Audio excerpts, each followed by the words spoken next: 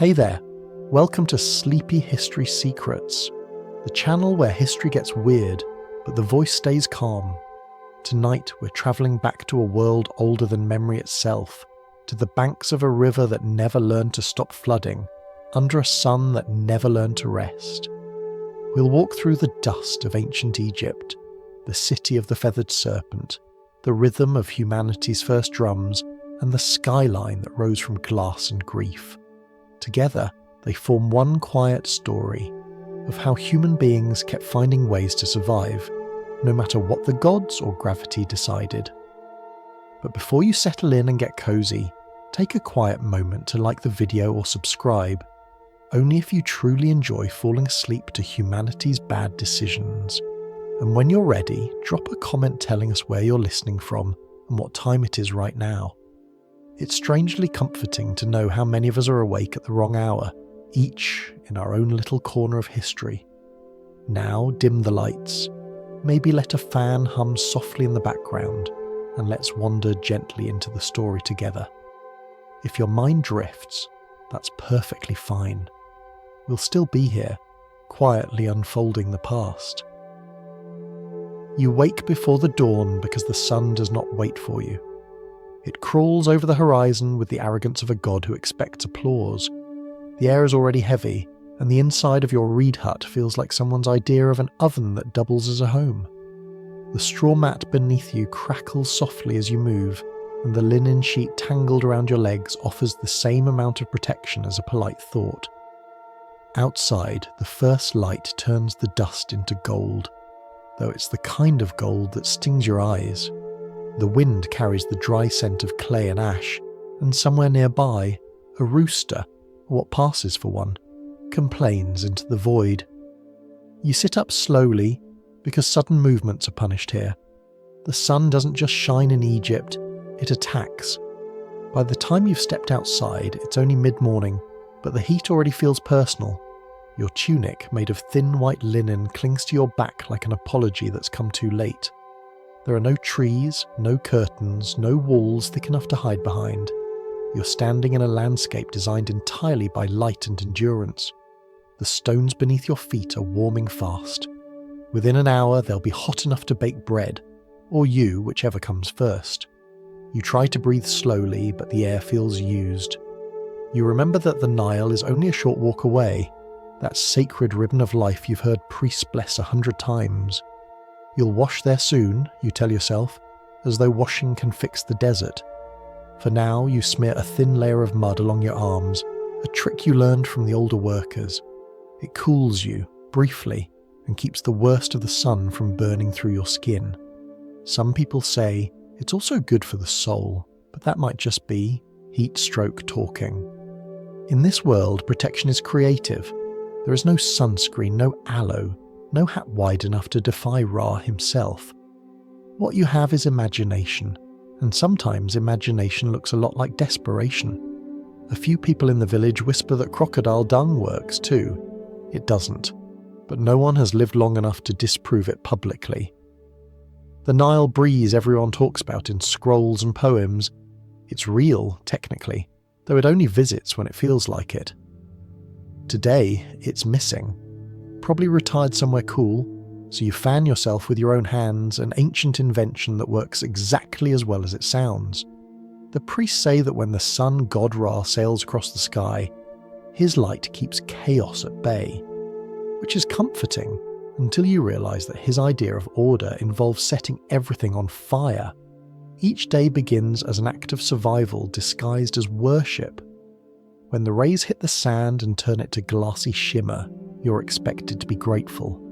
The heat is a blessing, they tell you, proof that Ra still cares enough to burn you personally. You watch the horizon, where the light is sharpening into white. The workers are already gathering near the fields, their backs shining with sweat. Somewhere beyond the date palms, you can hear the rhythmic thump of wooden tools, the morning symphony of survival. The rhythm is hypnotic. Work, breathe, work again. It's the sound of civilization running on exhaustion. For a brief moment you close your eyes and imagine coolness, shade maybe, or even rain. But Egypt doesn't really do rain. It does endurance. You open your eyes again to find the same landscape. Mud brick homes, a few wandering goats, and a sky so bright it feels solid. You step forward into it, because that's what everyone does. The day won't survive itself. As you walk, fine grains of sand slide into your sandals and whisper their usual morning greeting, a reminder that resistance is pointless. The sand gets everywhere, in your shoes, in your mouth, in your sense of humour. You stop trying to fight it after a while. You learn to carry the desert with you. A man nearby mutters a short prayer to Re, thanking him for the gift of light. You join in automatically. It's not that you believe every word, it's just that disbelief takes energy, and energy is expensive. The chant drifts upward with the dust. The sun listens, unmoved. You glance at the temple far off in the haze. Its pillars shimmer like mirages, tall enough to convince you that someone, somewhere, has shade. Inside, the priests are probably applying sacred oils, thick, fragrant mixtures of resin and fat that keep their skin soft while yours cracks like pottery. But envy is also dangerous. You're told that every rank of life is part of Makat, the divine balance, which is another way of saying don't complain, or the universe might notice you. By now the heat has settled on your shoulders like an animal. It breathes against your neck. You think of the myth where Ra ages each evening and is reborn each morning. You wonder how many times a god can wake up angry before the world starts to smoke. At last you reach the edge of the Nile. The smell arrives first, part fish market, part miracle, part warning. The water glimmers brown and alive. You kneel, scoop a handful and splash it on your face. It's warm, of course, but it feels like grace. Somewhere, a crocodile surfaces, just enough to remind you that cleanliness and danger often share the same address. And so your day begins, a sunlit ritual of faith, sweat, and minor burns. You lift your head toward the blinding sky and whisper the same thought that every Egyptian probably has. May the gods be merciful, or at least distracted. In the silence that follows, you can almost hear the pulse of the land. The steady hum of a civilization that survived not because it was comfortable, but because it refused to stop enduring. The sun has climbed higher, and the world is now one long shimmer. The air trembles, even the horizon seems to waver, unsure if it wants to exist. You carry your clay jar to the Nile, careful not to trip over the cracks in the baked earth. Each step sounds like the snap of old parchment. The path is busy already. Women balancing pots on their heads, children laughing, goats considering a swim. Everyone heads to the same river because there's only one. When you reach the bank, the smell greets you like an old acquaintance. It's the scent of everything alive and everything that didn't make it. The Nile, for all its beauty, is not polite. It's part holy water, part soup. The priests call it the lifeblood of Egypt. They're not wrong, they just forget to mention that lifeblood can clot. Frogs croak, flies hum, fish ripple at the surface, and somewhere downstream, a farmer is rinsing his plough next to a funeral raft. Civilization in this place is a shared arrangement. You set down your jar, roll up your tunic and step in. The mud hugs your feet immediately. It's warm, slick, and unwilling to let go. A cool breeze crosses your shoulders for half a second. A mercy so brief it feels imaginary. You lower yourself slowly, eyes scanning for the two reasons everyone bathes nervously here: crocodiles and gossip. Both can ruin your morning. There's no soap. Soap hasn't been invented yet, and even if it had, it would probably belong to someone wealthier. You do what everyone does. Reach down, grab a handful of sand, and start scrubbing. The grains scrape across your arms and chest, and you remind yourself that pain means it's working. Sand, nature's cheapest exfoliant. Somewhere behind you, someone laughs. A child splashes too close to a papyrus clump, and a frog leaps out like a scolding priest. The sun reflects off the surface, blinding you briefly. You blink, and for a second the water looks silver, divine even. You almost forget that it carries silt, sweat, and everything else the entire community pours into it. But faith has always been about selective memory. You wash, you pray, you pretend the river notices. Nearby, a group of women beat linen against flat stones. Each strike makes a dull rhythm, like a slow heartbeat. The sound travels down the river, bouncing off mud walls and echoing through palm leaves. If you didn't know better, you might think it was music. But this isn't a festival, it's maintenance. In Egypt, even survival has a tempo. You run your fingers through your hair, or what the heat has left of it, and the river responds by giving you another handful of sand. The gods have a sense of humour, apparently. You rinse again, trying not to think about the shapes moving in the deeper water. A crocodile? Probably not. Hopefully not. Faith and denial make a strong team. When you step back onto the bank, the ground burns a little. You shake off the excess water, which instantly begins to evaporate. Your skin smells like sun and mud and something faintly metallic. You can't decide if it's sacred or just unhygienic. Either way, it's the closest thing to cleanliness you'll get today. Around you, life continues without hurry. A man dips a basket full of reeds, trying to soften them for weaving. Another is filling jars to carry home. You watch a young girl balance hers effortlessly. Back straight, steps slow. Years of practice or just instinct. The art of balance might as well be Egypt's national sport. You fill your own jar, careful not to spill. Every drop counts. It's drinking water, cooking water, washing water, everything water. You hoist it onto your shoulder and start the walk home. The jar is heavier than you remembered. You can feel the strain building along your arm, through your spine, into the back of your neck. By the time you reach your mud brick doorway, your arm feels like it belongs to someone else. You set the jar down with a sigh that could pass for a prayer. Inside, the air is thick and still. You wipe your hands on your tunic and realise you're already sweating again. Cleanliness, like shade, is temporary, but you feel a little lighter, a little less coated in yesterday. You've done your duty, to yourself, to the gods, to the social contract that keeps everyone from turning entirely into dust. You glance out at the river through the doorway, now glowing white under the noon sun. The Nile glitters with an arrogance that only something essential can have. It knows you depend on it. It also knows it could drown you without a second thought. That's the nature of sacred things, to be both mercy and threat at once. If you lived in the city, you might have options. Public basins, maybe even a small cistern, water filtered through clay jars. But out here, it's river or nothing, and the river doesn't take requests. You think again about the priests in their temples, pouring fresh water over polished altars, perfuming it, with lotus and oil, singing hymns about purity. It must be nice, you think, to worship water that doesn't smell like fish. You stretch your arms, listening to the creak of joints and the faint hum of insects. Somewhere a bird cries long and high, cutting across the heavy stillness. You think about how everything in this land is shared, labour, water, even the air. Nothing truly belongs to anyone, not even your breath. You borrow it for a while, then hand it back to the heat. Later, when the day cools, meaning it will only feel like standing inside a pottery kiln instead of an actual forge, you'll return to the river again.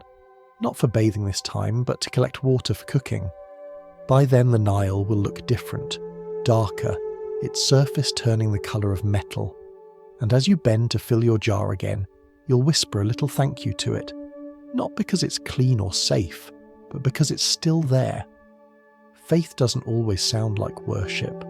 Sometimes it sounds like gratitude whispered to dirty water, and somewhere beyond that shimmering horizon, the sun god Ra continues his journey across the sky, brilliant, merciless, and adored. You wonder, briefly, if he ever looks down at this river and smiles, seeing all the tiny, boiling lives depending on it. Then you decide that if he does, he probably just calls it balance. The day is still young, and already you've survived its first trial. Clean enough, alive enough, faithful enough. Tomorrow you'll do it again, because that's what people here do. They endure, one grain of sand at a time, and as you sit by the doorway, feeling the heat settle back into your bones, you can't help but laugh quietly. Because deep down you know this truth. The Nile isn't just sacred, it's personal. It's inside you now, one sip, one bath, one small act of faith at a time. By the time you finish hauling water, the sun has climbed to its favourite position, directly above your head, as if to make sure you have no escape. The air hums with heat, even shadows look tired. You head back toward your small courtyard, following the smell of smoke and roasted grain. Breakfast, or something pretending to be it, is waiting. The table is a low slab of mud brick, uneven and stubborn, surrounded by a few clay bowls and baskets woven from reeds. Inside them sit the familiar staples: bread, beer, and the faint hope that today's loaf will contain less sand than yesterday's. You tear off a piece and bite down. It crunches softly, like biting a small monument. Archaeologists thousands of years from now will marvel at your dental courage. Egyptian bread isn't soft, not in this era. It's made from emmer and barley, ground on flat stones that sprinkle the dough with invisible grit. You can't see it, but your teeth know. Over the years, each meal files them down until your smile resembles a row of tiny cliffs. The bread tastes faintly sour, earthy, and a little like regret. Still, it fills the emptiness, which is all a meal really needs to do.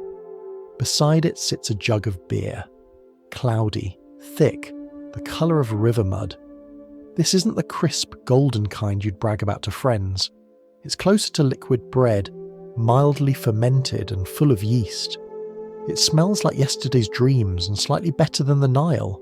You drink it anyway. It's safer than water. The heat turns it warm by the second swallow, but you tell yourself it's comforting. It isn't. But repetition makes anything feel true. Across the courtyard, your neighbour is chewing in silence.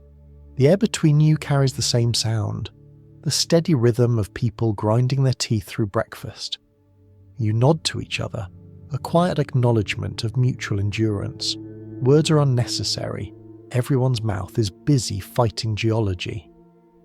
When the beer jar empties, you scrape the bottom with a reed straw, hoping for one last sip.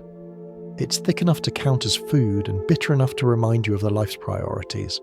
A fly lands on your hand, you wave it away without conviction. In Egypt, flies are like gossip, constant, persistent, and impossible to fully remove. You learn to coexist. There are extras today, a few onions, some dates, a strip of dried fish, small victories on a large battlefield. You crush the onion between your fingers. Its sharp scent cuts through the air, clean and alive. You think about how this simple bulb has outlasted kings. Pharaohs rise, temples fall, and still the onion remains. There's comfort in that kind of immortality. You pop a date into your mouth next. Sweet, sticky, soft. The closest thing to kindness this breakfast offers. The sugar rush hits you like a brief memory of shade. The fish, on the other hand, tastes like a story that's gone on too long. You chew it anyway. In this climate, flavour is a luxury, function is enough. Somewhere outside, the morning marketplace has begun its slow noise. Donkeys bray, traders argue, someone drops a clay pot and curses in the name of half the pantheon. You listen to it all from your doorway. It's the sound of life refusing to be silent. Civilization, for all its rituals, is just organised noise with better costumes. You glance up at the sky. A hawk circles lazily above the rooftops, wings glinting like metal. The priests say it's the eye of Horus watching over the people. You hope Horus isn't judging your portion size. Religion here isn't just belief, it's observation. The gods are supervisors with perfect attendance. You imagine Ra leaning on his solar barge looking down at you, murmuring, "Still alive? Good. Keep it that way. Your youngest child tugs at your tunic, asking for more bread. You hand over what's left and smile, pretending the hunger in your own stomach is something noble. In Egypt, sacrifice doesn't always happen in temples. Sometimes it happens at breakfast, quietly, with a smile you hope the gods are too far away to measure. The heat rises again. The walls seem to breathe with it. A thin stream of sweat slides down your spine, and you remember the morning's bath, that brief illusion of coolness already gone. You look at the last crumbs on the table and think of the harvest season, when the grain stores will fill and the smell of fresh loaves will drift through the village. Until then, each meal is a negotiation with the gods of appetite. You think of the workers along the riverbank, already back at their labour, hauling stones, mixing mortar, cutting reeds. You'll join them soon. But for now you sit still, letting the heaviness of bread and beer settle into your body like a slow spell. The world feels almost kind in this moment. Heavy, yes, but steady. The old man next door starts singing softly. It's not really a song, more a rhythmic mumble, half prayer, half complaint. You recognise the melody. It's been passed down longer than anyone remembers. Something about the Nile, about harvest and fate. The kind of song people sing not because it changes anything, but because silence feels dangerous. You hum along quietly. The rhythm lines up with your heartbeat, steady and calm. For a second you think of your ancestors, the ones who first learned to coax grain from this impossible earth.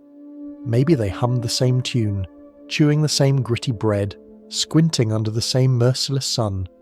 You imagine them watching you now, nodding in sleepy approval, still here, still enduring. The jar on the table catches the light, and a small reflection dances across the wall. It flickers like flame. For a moment, the room glows golden, like the inside of a tomb painted for eternity. You almost laugh. The living and the dead share the same decor. Then the light shifts, and it's just a jar again. You stand up, stretch, and wipe your hands on your tunic. Breakfast is over. Hunger is postponed. You look down at the crumbs on the table and whisper a simple thought. Not a prayer exactly, but close enough. Let this be enough.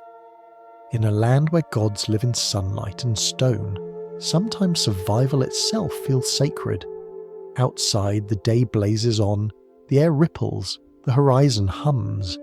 The sun god Ra continues his endless patrol, and you, small and human, prepare to join the great machinery of work again. But before you go, you take one last sip of warm beer, close your eyes, and let its bitter taste settle into something almost comforting. Tomorrow will bring the same bread, the same beer, the same quiet struggle. And somehow, that repetition is the very thing keeping you alive. If you listen closely, you can almost hear it. The soft crunch of sand between your teeth, the faint hum of life continuing despite everything. Egypt's heartbeat, measured in crumbs and endurance. By now the sun has burned away all hesitation. The air no longer moves, it presses down like a hand. You walk toward the fields because there is nowhere else to go. The path is narrow, the same one your parents walked, and theirs before them. Dust rises in little clouds behind your sandals, wrapping around your ankles like patient ghosts. Egypt does not forget footsteps. It simply buries them gently until someone new walks the same line. The fields stretch out before you in thin, patchy green. The Nile's last flood left a promise of fertility, though it always feels like a half-kept one. You kneel to pull weeds, and the soil crumbles like dry bread between your fingers. The rhythm begins at once. Bend, pull, breathe, repeat. It's a dance older than writing, performed to the silent drum of the sun. Your hands find the stalks by instinct. They know the difference between weed and crop better than your eyes do. Sweat runs into your mouth, salt, dust, and something faintly metallic. You swallow it, because water is too precious to waste even as sweat.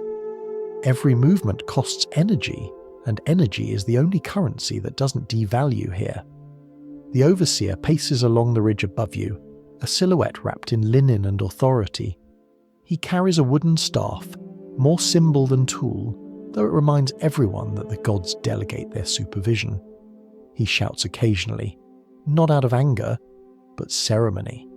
His voice travels across the rows like a ritual chant. Work is worship. Keep the order. Praise the balance. The balance, of course, is Ma'at, the divine bookkeeping that keeps heaven and earth aligned. You don't argue with accounting that powerful. You glance up at the horizon where a few men carry baskets of stones toward the construction site. Far beyond the farms, a pyramid grows slowly out of sand and ambition. Each block weighs more than any human argument, yet somehow they keep stacking them.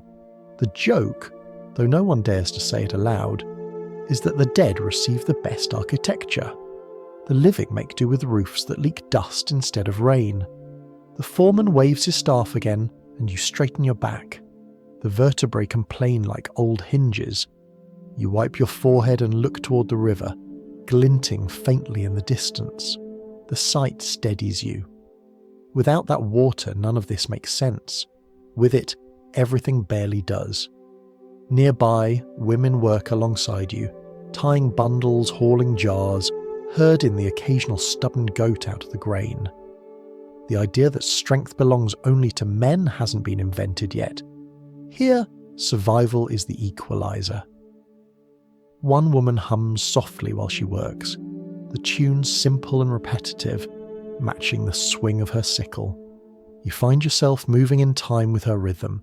It's not music exactly, but it keeps the body honest. Every so often, a priest walks by to bless the fields. He wears fine linen that actually looks clean and carries a jar of water scented with lotus. He sprinkles a few drops, mutters words about fertility, and moves on. You can't help noticing that most of the water evaporates before it touches the ground. Still, everyone bows. Ritual doesn't need to work, it just needs to happen. By midday, the heat turns from companion to enemy. The air above the soil ripples as if the world itself is melting. Tools grow hot in your hands. You trade tasks with a neighbour so each can rest a little without being accused of idleness. Rest here means crouching under the thinnest shadow and pretending it's shade. You think about Pharaoh, somewhere far away in a palace made of cool stone. They say he's a god in flesh, though he probably sweats like the rest of you. The difference is that when he does, people write hymns about it. You wonder what it feels like to live as proof of divinity. Then you shrug, because wondering won't plant grain. A hawk passes overhead, its cry slicing through the haze. Everyone pauses for a second. Some murmur thanks to Horus, others just take it as an omen that they're still noticed. In a land this old, even birds have job titles. Afternoon stretches long and slow. You switch from weeding to hauling baskets of clay for the canal walls. The baskets dig into your shoulders, leaving rope burns that sting with every movement. You count your steps without meaning to.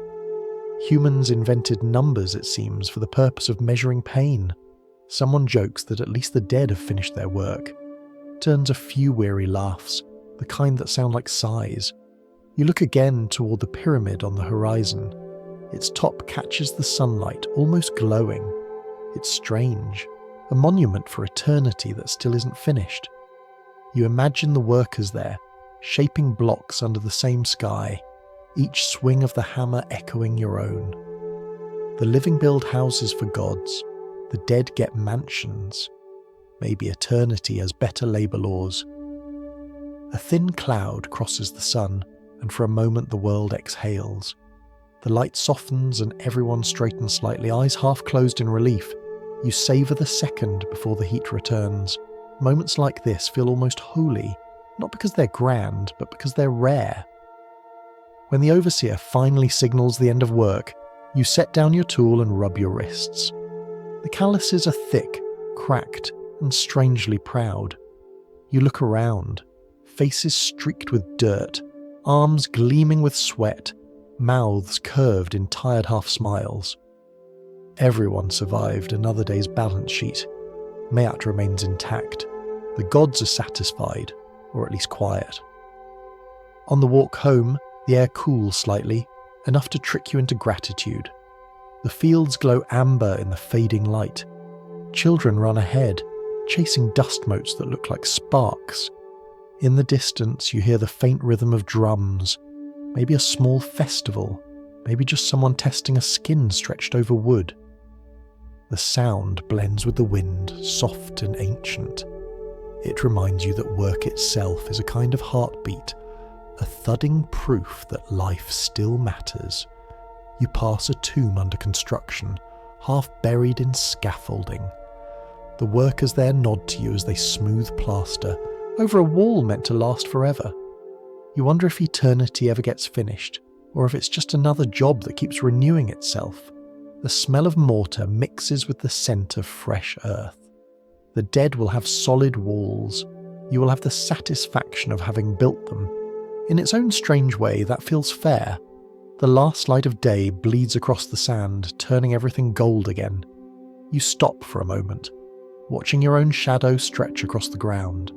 It looks long, thin, and older than you feel. You smile. The living and the dead share the same horizon here. One above, one below, both glowing in the same sunset. When you finally reach home, the air inside your hut is heavy but familiar. You sit down on the floor, stretch your aching arms, and let the quiet settle. Tomorrow the cycle will repeat. Heat, sweat, stone, prayer. Work without end, but not without meaning. The gods may rule the heavens, but down here you're the one keeping their order running on time. And as the evening breeze drifts through the doorway, carrying the smell of distant grain and river mud, you think one small treasonous thought. If the gods had to earn their divinity this way, they might be kinder. Then you laugh softly to yourself because even thinking that much rebellion feels luxurious. Evening in Egypt is not quiet. It only pretends to be. The air cools slightly, enough for people to remember what breathing feels like. From every courtyard, voices rise, prayers, gossip, the metallic rhythm of pots, the creak of rope pulleys drawing water for tomorrow. Smoke curls into the fading sky, where the colour shifts from molten gold to bruised violet. The sun god Ra has finished his shift and descends into the underworld to battle chaos until dawn. You, meanwhile, have rice porridge, an aching back, and the vague hope of surviving another day. You sit cross-legged on the floor, the day's dust settling into the creases of your skin. A small oil lamp flickers in the corner, its flame too weak to chase away the darkness but stubborn enough to exist. It casts a trembling halo over the walls, where painted eyes watch you, gods, ancestors, protective spirits, all the invisible administrators of existence. Egypt never really sleeps, it just moves its attention inward. The world outside your hut is built on balance, or so the priests say. Every grain of sand, every drop of Nile water, every sigh from a tired farmer belongs to a cosmic equation. They call it Mat, the great balance, the order that keeps chaos from swallowing creation whole. To disturb it is to unmake the world, which sounds dramatic until you realise it mostly means paying more taxes. You once heard a priest explain Mayat using bread. He said that a well-baked loaf is harmony, firm, golden, evenly shaped.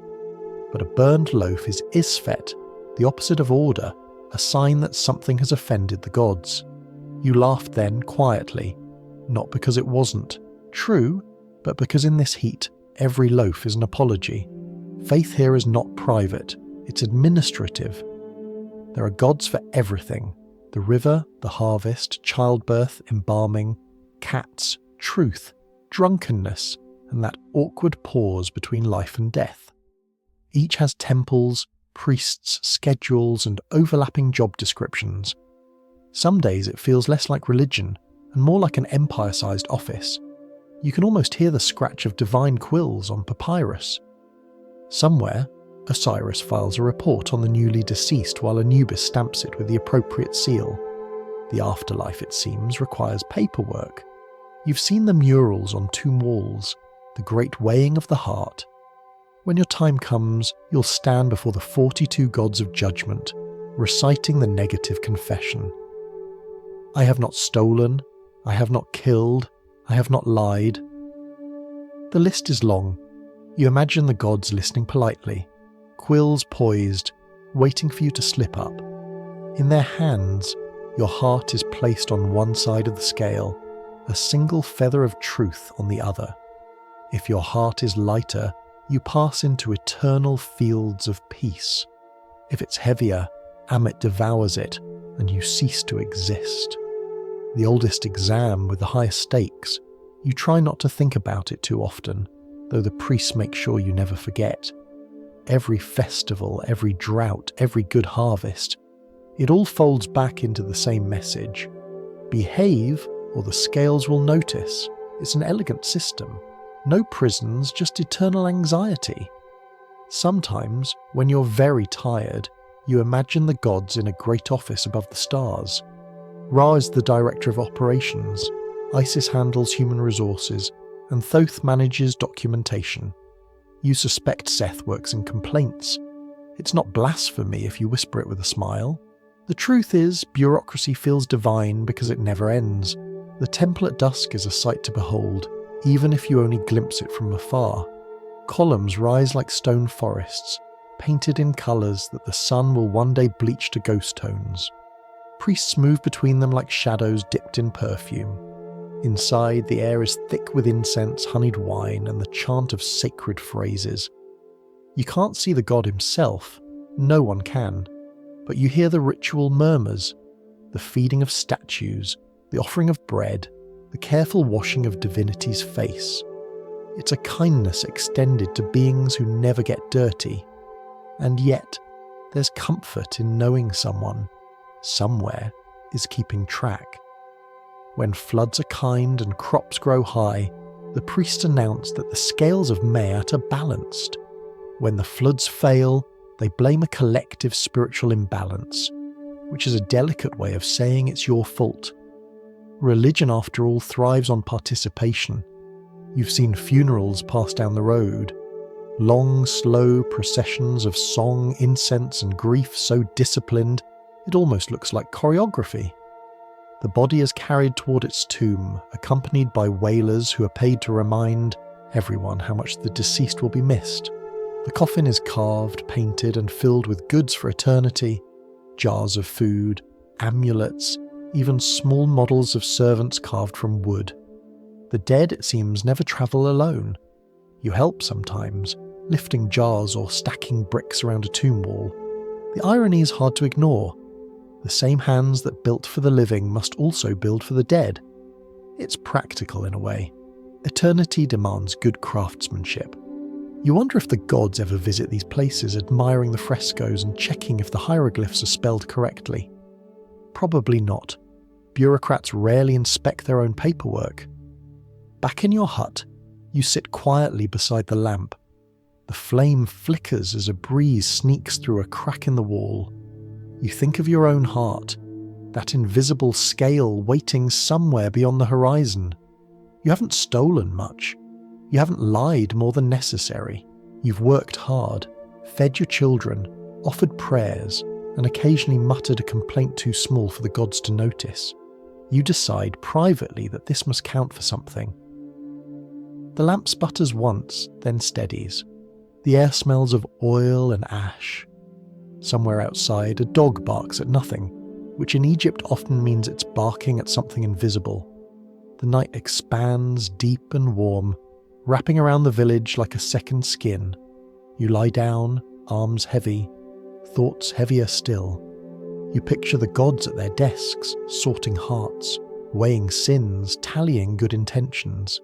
You imagine your own file stacked neatly among the rest.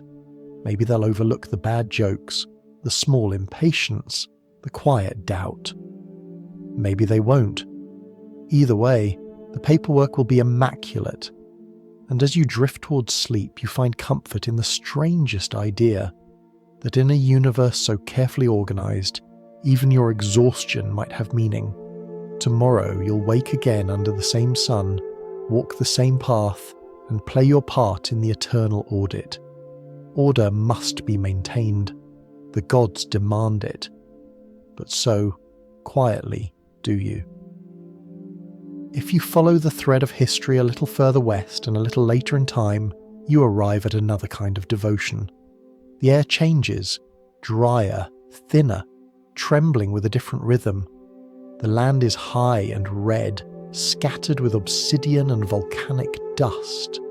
Here in the Valley of Mexico stands a city that once caught the sun and refused to let go, Teotihuacan.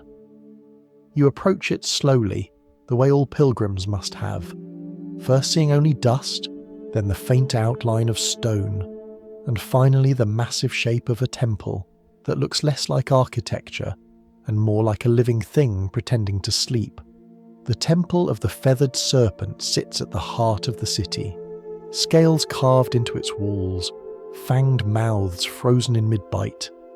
The serpent heads stare out in every direction, rows of eyes that never blink.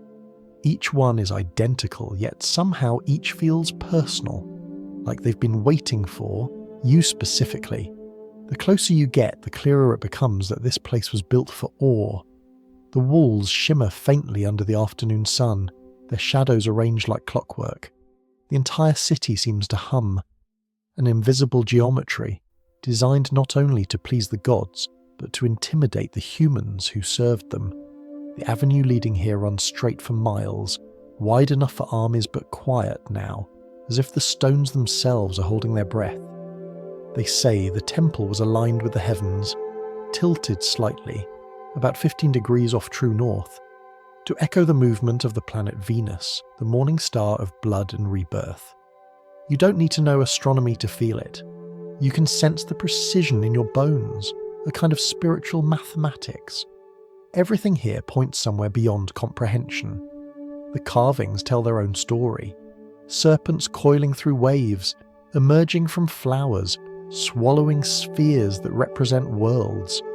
It's beautiful in the way lightning is beautiful, or that comes with a warning. You stand at the base of the steps, eyes tracing the line of stone bodies climbing upward. Each serpent's mouth gapes open, as if ready to inhale the prayers or the courage of anyone daring to climb. The air smells of dust and copper, the faint echo of incense long vanished. You imagine the ceremonies that once filled this space. Crowds gathered in silence, drums beating low, smoke curling upward like offerings made of shadow. The priests would appear at the top of the pyramid, their bodies painted with lime and ash, feathers bright as fire. In their hands, obsidian knives glinted like black water. This is not metaphor. Excavations centuries later would uncover more than 200 bodies buried beneath this temple. Young men, bound, decapitated, arranged in geometric perfection. Soldiers, perhaps, or captives. Their remains were placed with offerings of jade, obsidian, and shells from faraway coasts. The message is painfully clear. Life here was part of a formula. Sacrifice as arithmetic. Blood as balance. Every life lost was a number written into the sky. And yet, even that horror had beauty in it. To the people who built this place, death was not cruelty but currency. The gods demanded payment, and the city was built to make the transaction beautiful. When blood flowed down these stairs, it caught the light, a red shimmer that looked, for a brief moment, like dawn. You tilt your head back to see the summit. The stairs climb steep and narrow, designed to humble you before you even reach halfway. The heat radiating off the stone is immense. It feels alive. You run your hand along the surface, tracing grooves carved more than 1,000 years ago. The stone is warm, smooth, where hands have touched it for generations. You wonder how many people climb these same steps, hopeful, terrified, resigned, to offer themselves to something they could not see. There's an odd comfort in the precision of it all. Every carving, every alignment, every ceremony feels meticulously planned, as though the city itself was an instrument tuned to the frequency of the gods. You can almost hear it, a faint vibration beneath your feet, the pulse of ancient faith turned into architecture. Far below, the rest of Teotihuacan stretches out in quiet order. Wide avenues, apartment compounds, murals painted with jaguars and celestial birds. A civilization that believed the universe could be mapped if you were disciplined enough. They measured the cosmos, timed their rituals to the stars, and recorded it all in colour and stone. To live here was to exist inside a calendar that never stopped turning. But beauty has teeth. This same system that promised order also demanded obedience. You can imagine the crowds gathered during the great ceremonies, thousands of faces tilted upward, watching the priests ascend with their offerings. Silence broken only by drums. A shudder through the crowd as the blade flashes, as life and death meet halfway between sky and earth. Fear becomes worship. Worship becomes law. The city itself joins the performance. The temple's shadow moves like a sundial, tracing the day's slow passage, marking the rhythm of devotion. Even time participates in the ritual. In that moment, the difference between the sacred and the practical disappears. Stone and blood, architecture and anatomy all become one. As the sun lowers, the serpent faces catch the light again. For an instant, their eyes seem to glimmer. You could swear you see movement, the illusion of breathing stone. Perhaps the builders meant it that way. They wanted the gods to feel close enough to notice, and the people to feel small enough to behave. You stand in the fading light, your own shadow stretching across the plaza. It joins the long, ancient shadows of those who came before you. Priests, workers, captives, believers, all woven together into a pattern that still lingers on the ground. The temple looms above, silent now, but somehow still hungry. You turn to leave, stepping back through the dust, past the cracked stones that once felt like perfection. Behind you, the serpent heads continue to stare, patient, eternal, carved smiles frozen in mid-bite. The city breathes through them still, half asleep, half awake, dreaming of the next heartbeat of faith. And as the wind rises, whispering through the gaps between the stones, you can almost hear what it's saying. Power has a rhythm, and beauty always hides its price. The light softens as you step deeper into the temple's shadow. The air cools, carrying the faint scent of earth and stone, the memory of incense that burned out centuries ago. The noise of the city falls away until you can hear only your own heartbeat and the slow sigh of wind brushing through carved fangs. For a moment, you almost believe the temple itself is breathing. Archaeologists would one day find hundreds of remains beneath this place, young men, bound, arranged with unsettling precision. But you don't need a dig report to feel it. The geometry is still here. The symmetry hums beneath your feet. Every line of stone feels deliberate, as if the builders had measured not just the city, but the silence that would one day fill it. You walk across the plaza and imagine the ceremony that took place here. Drums echoing against the walls, crowds pressed shoulder to shoulder, the air thick with heat and smoke. The chosen are brought forward, their eyes open to the sky, their bodies painted in bright ochre and charcoal. They kneel at the edge of the platform, facing the rising sun. Behind them, priests move like ghosts in feathered robes. Everything follows a plan. Nothing here happens by chance. When the moment comes, the crowd doesn't scream. They hold their breath, because this is worship disguised as obedience. The priests lift their hands, and for a second, all of time feels perfectly balanced. Human hearts keeping rhythm with the universe itself. Then silence swallows sound, and the offering is made. The blood runs down the steps in thin, perfect lines, and the sun catches it as it falls.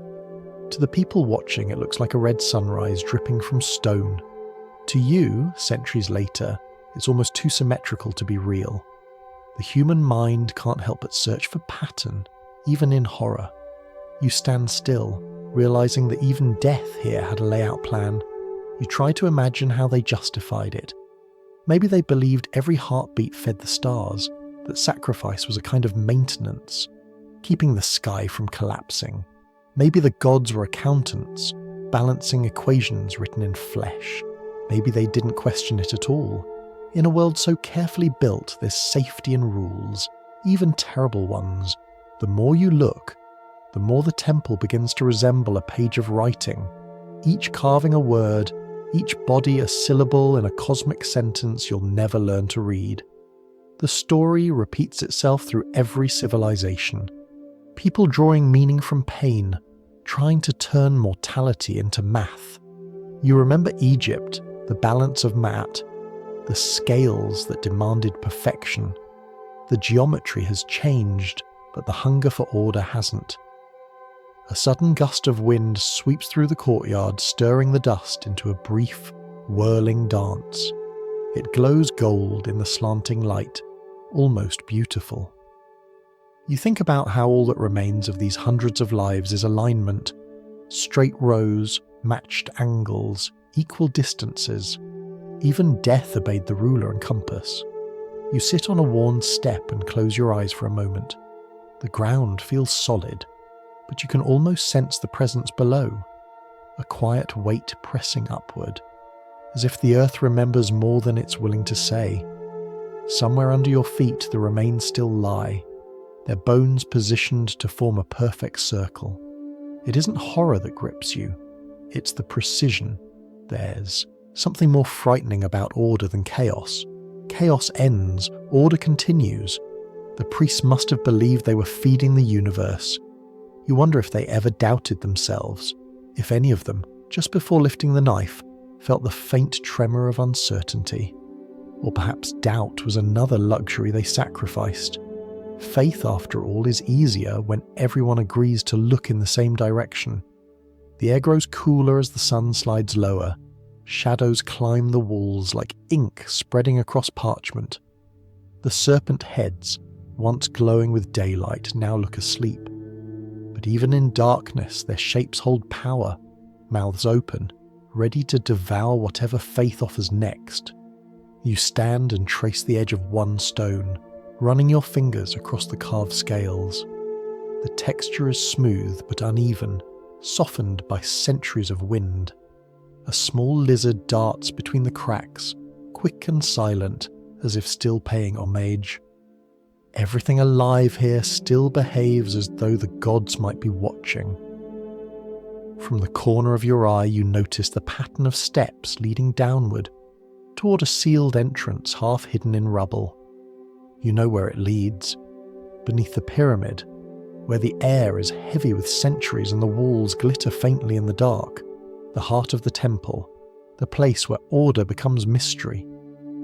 Before you descend, you turn back once more to face the open plaza. The last rays of sunlight strike the serpents' faces, making them gleam for just a heartbeat before fading. The illusion of motion returns, fangs flashing, eyes catching fire, stone pretending to breathe again. It's easy to see why people believe the gods lived here. You can almost feel them. Not kind, not cruel, just indifferent perfection made visible.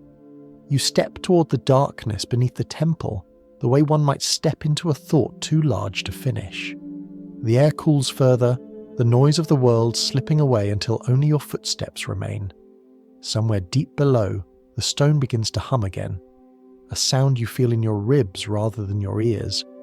Perhaps that's what faith truly is. Not belief, but vibration. A resonance between fear and beauty, pulsing through every civilization that ever built something taller than itself. You pause, hand resting against the wall, and whisper into the quiet, not expecting an answer. Was it worth it? The echo comes back softer, as if the stone has been answering the same question for 1,000 years. Maybe it has. You take a slow breath, tasting dust and old minerals. The air smells faintly metallic, like the inside of a closed jar. Beneath the floor, the buried circle of the dead keeps its silent shape, a geometry of devotion, measured not in lines but in lives. You imagine their stillness radiating outward, a design that holds the city together even now. And as you step further into the shadows, you realise the truth that every builder eventually learns. Order always demands payment, and perfection is never free. You descend slowly, one step at a time, the light fading until the world becomes texture and breath. The air changes first, cooler, denser, faintly metallic. The walls seem to breathe out a cold that doesn't belong to this climate. Above you, the serpent faces fade into memory, and below the temple opens into another kind of world, one built not for eyes, but for eternity's patience. Here beneath the temple of the feathered serpent lies the tunnel, a corridor carved through volcanic stone, stretching like a throat toward the earth's heart. The air hums with silence, the kind that feels deliberate. When archaeologists broke through in modern times, they found something that even they couldn't quite name. Pools of liquid metal shimmered in the dark, reflecting their torchlight like trapped stars. It wasn't gold, it wasn't water, it was mercury, heavy, toxic, beautiful. But you don't need the word to feel what it means. Down here it looks like starlight that lost its way, a mirror the gods forgot to hang back in the sky. You crouch beside one of the pools, the surface trembling slightly from your breath. It's so still that you can see your reflection, though it flickers at the edges, as if unsure which version of you to keep. They say the walls once glittered with flecks of pyrite, the mineral that catches light like a secret. Together, the golden dust and the silver pools turn the tunnel into a map of the heavens. You imagine it, priests walking through this underground cosmos, their torches casting constellations onto the ceiling, the air alive with smoke and prayer, the sound of sandals scraping on stone like the whisper of orbiting planets. You reach out and touch the wall. The surface is rough but faintly damp, and when you pull your hand back it glows faintly in the dimness. Not with light exactly, but with memory. The echo of every hand that touched this same stone in awe. The idea of the underworld here wasn't punishment. It was rehearsal. Creation began underground, in darkness, where the gods dreamed themselves awake. The people of Teotihuacan built that dream into stone so they could walk through it. You take another step forward, your foot splashing softly into a shallow puddle. The sound is swallowed by the space. You realise that sound behaves differently here. It doesn't travel, it folds inward, as if the air is thinking about it before letting it go.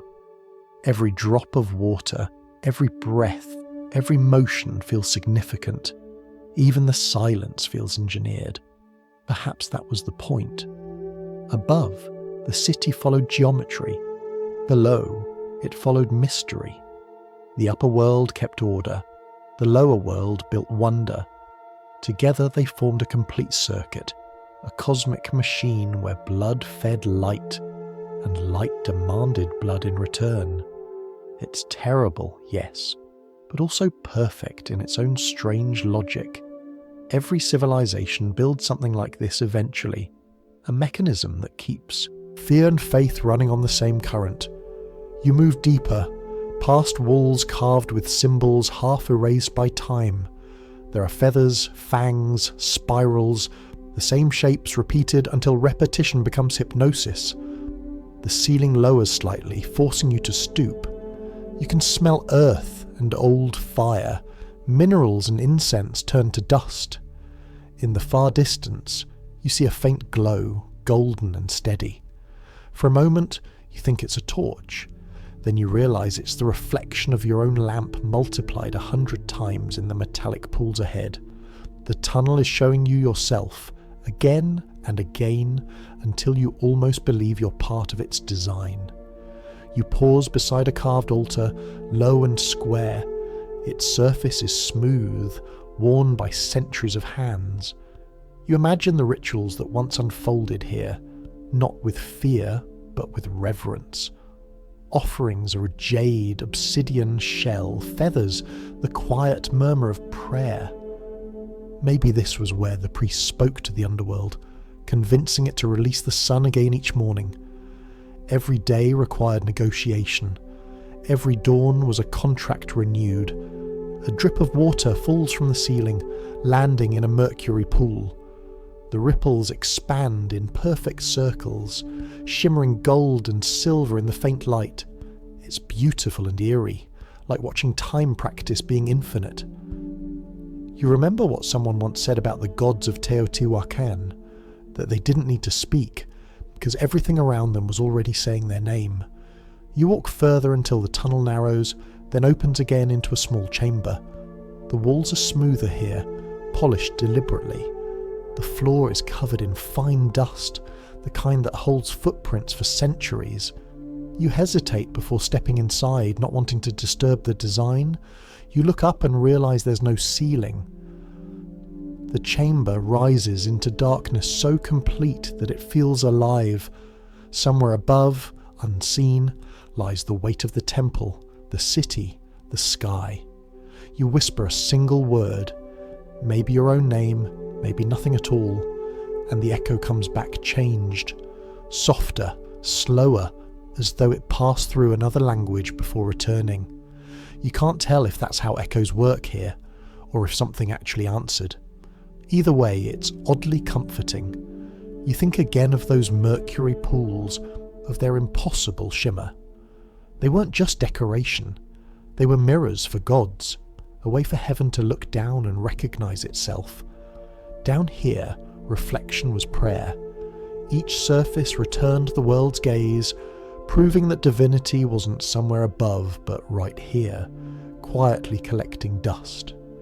Your lamp flickers once, and for a moment the walls seem to move. Patterns ripple like waves of breath. You blink, and it stops. Maybe it was your imagination, or maybe the tunnel simply remembered how to glow. You realise then that this place was built not to contain gods, but to remind humans that they were part of the same machinery. Every life, every offering, every whispered name. Small gears in a vast design. You breathe deeply, letting the cool air fill your chest. There's something soothing about it, even with all its strangeness. You feel as though the tunnel is listening. You imagine it whispering back, a voice as old as stone. Creation always begins below. When you finally turn to leave, the path behind you glows faintly in the reflected light of the mercury pools. You follow it upward, each step heavier with thought, lighter with understanding. By the time you reach the open air again, the sun has set. The sky above Teotihuacan burns deep orange, the last light spilling across the serpent faces. They no longer look fierce, only patient. You realise, standing there, that the builders of this city weren't chasing gods. They were building a bridge between heaven and earth, using stone and symmetry to coax eternity into touching the ground. The blood above and the mercury below, two halves of the same mirror, reflecting each other endlessly. You look once more toward the dark entrance, now hidden in shadow. The stars begin to appear overhead, one by one, perfectly aligned with the avenue below. The machine is still running. The city may be silent, but its rhythm hasn't stopped. And as you stand there, half in night, half in memory, you understand what the builders knew. That sometimes, to touch the divine, you must dig downward first into earth, into silence, into the part of creation that glows only when no one is watching. When you step out of the tunnel, night has claimed the city. The air above Teotihuacan no longer blazes, it glows. Fires flicker in open courtyards, and the smell of burning copal resin drifts on the wind, sweet and bitter, like sugar that remembers being a tree. The sky above the temple shimmers with stars, each one reflected faintly in the dark river of the avenue below. You can almost imagine the city as a stage set between two heavens, one of stone, one of light. Tonight, the people gather again. The plaza fills slowly, a tide of shadows moving toward the temple steps. Families, traders, warriors, children, all drawn here by the same invisible command. The drums begin before the priests appear, low, heavy, unhurried. A sound so old it feels inevitable. Each beat folds into the next until your own pulse forgets where it ends. The crowd sways slightly, an ocean of breathing bodies caught in rhythm. You stand near the back, close enough to feel the vibration of each drum through your feet. The sound is more than music, it's instruction. A reminder that even fear can be orchestrated if the rhythm is steady enough. Smoke thickens the air, blurring the boundary between the living and the divine. The first priest emerges from behind the carved serpents, his robe a storm of feathers and colour. He raises a conch shell and blows into it. The note wails through the square, long and low, like the sky sighing. No one speaks. Speech has no purpose here. This is a ceremony of demonstration, not persuasion. Everything is designed to remind you where you belong, below. The priests move with measured grace, their steps synchronized, their hands painted red with ochre. They climb the stairs slowly, deliberately, never looking down. The crowd watches them like worshippers watching their own reflection. And then, silence. The drums stop. For a long moment, nothing moves. The world seems to hold its breath. You can hear the crackle of the torches, the shuffle of a single foot in the crowd, the faint rustle of feathers in the wind. When the knife flashes, it's almost beautiful. Obsidian sharp enough to split sunlight, catching firelight instead. The offering is made. No one screams. The sound that fills the square isn't horror, it's relief. A collective exhale, as if everyone had been holding in a question they were finally allowed to stop asking. The priests lift their arms to the sky, and a wave of murmurs ripples through the people below. Gratitude, fear. The two emotions sound the same when spoken softly enough. You realize that what you're seeing isn't cruelty, it's choreography. The ceremony moves with the precision of a play rehearsed for generations. Even death here is timed to the stars. The priest wipes the blade carefully, steps back, and the drums begin again, slower this time, steadier, as though the rhythm itself has been fed. You can feel it in your chest. Each beat matches the heartbeat you didn't notice before. Fear becomes rhythm, and rhythm becomes safety. The crowd sways again, eyes closed, caught between devotion and exhaustion. The air tastes of copper and smoke, thick but oddly soothing. It's not so different from any faith you've known, just louder, brighter, more certain. The priests chant now, their voices rising and falling like wind through stone corridors. You don't know the words, but you recognize the shape of them. Pleading, promising, performing. A few people around you begin to echo the chant, their tones blending into one low hum. It's strange how belief spreads, not like fire, but like sleep, quietly, contagiously, without argument. Above, torches burn along the edge of the temple, their flames leaning with the wind. The light catches on the serpent heads, making them shimmer as though alive. Each flicker turns the carvings into motion, mouths opening and closing in a slow pantomime of eternity. You think of the pools beneath the ground, that metallic mirror glimmering in darkness. The city is a single machine, top to bottom, reflection above, reflection below. Even fear has symmetry. A child near you tugs at her mother's robe, whispering something. The mother hushes her gently, eyes fixed on the priests. The child stares upward, face half lit by firelight, half shadowed by curiosity. You can almost see the question forming, the one every generation eventually asks. Why must devotion hurt? The answer, if it comes at all, is swallowed by another drumbeat. You begin to understand why people obeyed, not because they were weak, but because it was easier than wondering. To live under this kind of sky, surrounded by this kind of perfection, doubt feels like arrogance. The city itself believes, and you simply live inside its conviction. The drums grow louder, faster, until the rhythm feels almost human. You realise that's what it's been imitating all along, the heartbeat. The sound of life turned into an instrument of control. Fear, you think, is cheaper than conquest. The line arrives in your mind so calmly it feels borrowed from the temple itself. You imagine the same ceremony repeated across centuries, the same steps, the same notes, the same rising silence before the knife, thousands of nights collapsing into one eternal evening. You can almost see the echo of every past crowd standing beside you, their faces layered over the living, like reflections in moving water. Time here doesn't pass, it performs. Another conch shell sounds. The ceremony ends not with applause, but with release. The drums slow, the chants fade, the torches gutter. The priests descend, their faces unreadable, their robes catching ash that falls like silver snow. The crowd exhales again, weary and grateful, as though survival itself were a kind of privilege. You stand quietly, unsure whether to feel reverence or nausea. Both, maybe. Both seem appropriate. The people begin to drift away, carrying the smell of smoke with them.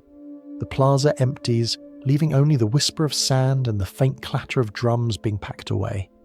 Above, the temple looms unchanged, its serpents staring out into the dark. You realise the performance never truly ends. It just waits for the next audience. You linger a little longer, the rhythm still thudding faintly in your chest. The sky above is black now, the stars sharp and cold. For a moment, you wonder if they're watching too. Tiny eyes of gods observing from their own distance, amused by the endless devotion below. You walk away slowly, feet brushing against the cooling dust, the sound like paper being turned. Behind you, the city exhales one last time, a sigh made of heat and stone. You glance back once, and the temple seems to pulse faintly in the dark, like something alive and satisfied. And as the night wind slides over your shoulders, carrying the smell of extinguished fire, you can't help thinking, no empire builds beauty like this unless it's afraid of the dark. The next morning, the city wakes to smoke. Not the gentle, fragrant haze of the incense or the thin ribbons of kitchen fires. This smoke is heavy, black, deliberate. It rises from the temples themselves, curling like handwriting against the pale sky. Teotihuacan, for centuries the heartbeat of gods, has begun to burn. You can still smell last night's ceremonies in the air, the resin, the ash, the metallic ghost of drums. But now, another scent threads through it. Scorched plaster, charred pigment, something human beneath it all. You walk through the narrow streets, hearing the muffled crackle of fire somewhere beyond the plaza. The city's perfect geometry looks different today. Smoke has a way of redrawing straight lines into questions. No one shouts. There are no soldiers marching, no crowds running in panic. The end doesn't come like a battle. It comes like fatigue. The people who once filled the temples with devotion now simply stop arriving. Some leave quietly for the hills, carrying baskets of grain and fragments of hope.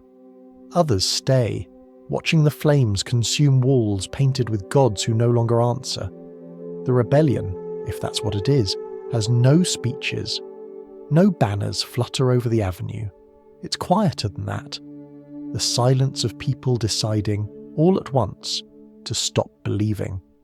The fire creeps upward along the temple walls, eating the carved feathers, the painted stars, the faces of serpents. It burns the symbols first, as if to erase the very vocabulary of faith. You stand before one of the smaller shrines, the air thick and wavering with heat. A mural peels away in slow curls, revealing bare stone underneath. The colour drains out of the world. Reds fade to rust, blues to smoke, gold to grey. The temple cracks as it burns, each pop of expanding stone a kind of punctuation mark in the story's last paragraph. They say drought may have come first, or hunger, or political unrest. The reasons don't matter much anymore. What matters is the stillness that follows when a city finally realizes it has outlived its own mythology. You can almost hear the echo of yesterday's chants caught in the ruined corridors, still circling like ghosts looking for their exit. You walk past a toppled statue, its face half melted by fire, the eyes now two hollow sockets staring toward nothing. A child once placed flowers there. Now they've turned to dust. It's strange how quickly devotion becomes archaeology. Above you, the pyramid still stands, scarred but stubborn. Its stones have turned the colour of dried blood. The serpent heads stare outward through the smoke, expression unchanged. They don't mourn, they don't gloat, they simply exist. That's what gods do best, survive their worshippers. A flock of crows lands on the stairway, black against the flickering orange light. They pick at the ashes, curious, methodical. Life adapts faster than faith. Somewhere nearby, a lizard crawls out of a cracked wall, unbothered by apocalypse. The city is dying in a way that only humans can perceive. To everything else, this is just another morning. You find yourself wondering what happens to all that belief when it no longer has walls to echo against. Does it dissolve? Does it settle into the ground like pollen, waiting for another civilization to breathe it in? Perhaps faith, like dust, only changes owners. By midday, the fires begin to fade. The smoke thins, drifting across the valley, like a shroud being folded away. What remains is silence, deep, thick, absolute. It fills the empty courtyard, seeps into the cracked stones, lingers in every unspoken prayer. The silence feels heavy, but also clean, as if the city is exhaling for the first time in centuries. You climb partway up the pyramid steps. The stone is still warm under your hands, but not burning. From here, you can see the Avenue of the Dead stretching into haze, a name the future will give it long after the people who built it are gone. The wind picks up, scattering ashes across the steps. They swirl briefly, then vanish. Far in the distance, you hear the faint murmur of rain. Not enough to save the city, just enough to make the air taste new. Drops begin to fall, hissing as they strike the hot stone. The smell that rises is unforgettable. Wet dust, burned wood, the bittersweet perfume of endings. You close your eyes and let it settle on your skin. When you open them again, the fire is nearly out. Smoke curls lazily from the temple's broken mouth. You notice, with a quiet kind of surprise, that even in ruin, the symmetry remains. The walls still align with the stars. The angles are still perfect. Destruction, it seems, cannot unlearn geometry. You think of the priests, the ones who once ruled these heights, who spoke to gods that required so much proof. You wonder if any of them saw the end coming, or if they believed until the last ember died. Faith can make blindness feel like vision. Maybe that was their final devotion, to burn still believing that the fire was a test, not a verdict. As dusk approaches, the last light touches the temple's edge. The smoke glows gold for one brief moment, then turns to grey. The city below lies in shadow, quiet as a painting. The only sound is the wind moving through the hollow corridors, soft and uncertain, as if learning to speak again. You stay there until the stars appear. They emerge one by one, faint but insistent, the same constellations that guided the builders centuries before. Nothing above has changed. The heavens, indifferent as ever, continue their slow, precise dance. You realise, with a calm that surprises you, that this city's fall isn't tragedy, it's gravity. Everything that rises toward the divine eventually drifts back toward dust. A single torch flickers somewhere in the distance. Maybe someone still believes. Maybe they're simply afraid of the dark. Either way, the light looks fragile but determined, trembling against the night. You step down slowly, careful not to disturb the ash. The air feels cooler now, lighter, as if the city has finally finished holding its breath. The gods are silent, but the silence isn't empty. It's full of memory, of echo, of possibility. And as you walk away from the temple, the wind carries one last whisper through the broken stones, a voice made of smoke and time. When gods fall silent, stone still listens. You stop and look back once more. The serpent faces are blackened now, their features softened by fire. Yet somehow, even in ruin, they look at peace. The city may have lost its faith, but the earth hasn't. It holds everything, the ashes, the geometry, the silence, with patient indifference. You breathe in the cooling air, exhale slowly, and start walking again. The stars above shimmer faintly, and for the first time, they don't seem like eyes. They seem like scars, beautiful, distant, and necessary. The night after fire is the quietest kind of silence. No temple bells, no chants, no smoke. Just the pulse, steady, invisible, waiting. You can almost feel the earth listening for something new, some rhythm to replace the one that burned away. And in that pause, in that empty breath between destruction and discovery, humanity does what it always does. It listens. Long before language, before prayer, before even the idea of time, there was sound. Not words, not melody, just rhythm. The sound of water against stone, the whisper of wind through hollow reeds, the beat of foot against earth.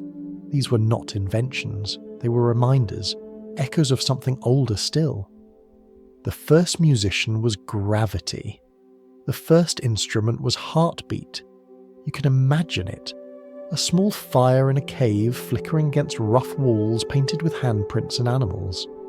Someone taps a stick against a hollow log just to hear what happens. Another joins in, slapping a stone with the flat of their palm. The rhythm grows, not planned but felt. The discovery that two sounds can agree. It's the earliest language, made not of meaning but of presence. You hit the drum, the world answers. No one argues about tempo, no one claims authorship. The point isn't performance, it's recognition. For the first time, one human can say to another, without words, I am here, you are here, we are the same. The fire crackles in approval, its pops falling into the rhythm like tiny applause. You tap along without realizing it, your fingers against your leg, your heart sinking without permission. Even now, thousands of years later, you can't escape it. The body remembers what the mind forgets. The rhythm is inheritance, passed down like breath. Outside the cave, night insects hum in uneven patterns, and the wind joins in. The world itself seems to keep the beat, the original collaboration between chaos and order. Somewhere, a river strikes against its banks, the sound alternating fast, then slow. It feels like thinking, or maybe feeling. In that moment, rhythm becomes intention, the first beat with purpose. Somewhere inside this cave, a child listens to it all and sways without knowing why. Maybe this is the origin of dance, the body's instinct to echo sound with motion to say, yes, I hear you. Maybe rhythm came before thought because it was never invented. It was remembered. You think of the heartbeat, that steady thud you once lived inside before you were born. The womb, after all, is the first concert hall. Two rhythms, mother and child, learning to share time, the pulse of blood through veins, the oceanic hush of lungs, the muffled world of warmth and repetition. Before language, before fear, that sound told you everything you needed to know. You were alive, and you were not alone. Even now, every rhythm is a translation of that sound, the world's first lullaby. When the drum beats slowly, it comforts. When it quickens, it awakens. It doesn't matter if you're in a cave, a cathedral, or a crowded street. The pattern finds you. You don't choose to listen, you just do. You imagine these early rhythms spreading from fire to fire, from tribe to tribe. The sound carrying over plains and rivers, imitated, changed, forgotten, rediscovered. Maybe someone found that hollowing out a log made the tone deeper. Maybe someone stretched animal skin across a frame and found resonance. A word we still use for sound, but which originally meant to answer. The drum doesn't just make noise, it responds. You lift a hand and slap it lightly against your chest. The sound is soft, but it feels ancient. The rhythm returns the favour. One beat, then another, each a small reminder that life itself is percussion. The heart doesn't ask for applause, it keeps time whether you notice or not. Somewhere in the distance, thunder rolls. You listen, counting the seconds between light and sound, feeling the earth tremble faintly beneath you. Nature has its own drum kit. Thunder, waves, the crack of wood under heat. The planet is alive, and you are part of its tempo. Maybe that's why silence unnerves people. It's not emptiness. It's the absence of the pattern we rely on to believe we're still part of something larger. For a moment, you imagine what it must have been like. Those first gatherings around firelight, where rhythm replaced speech.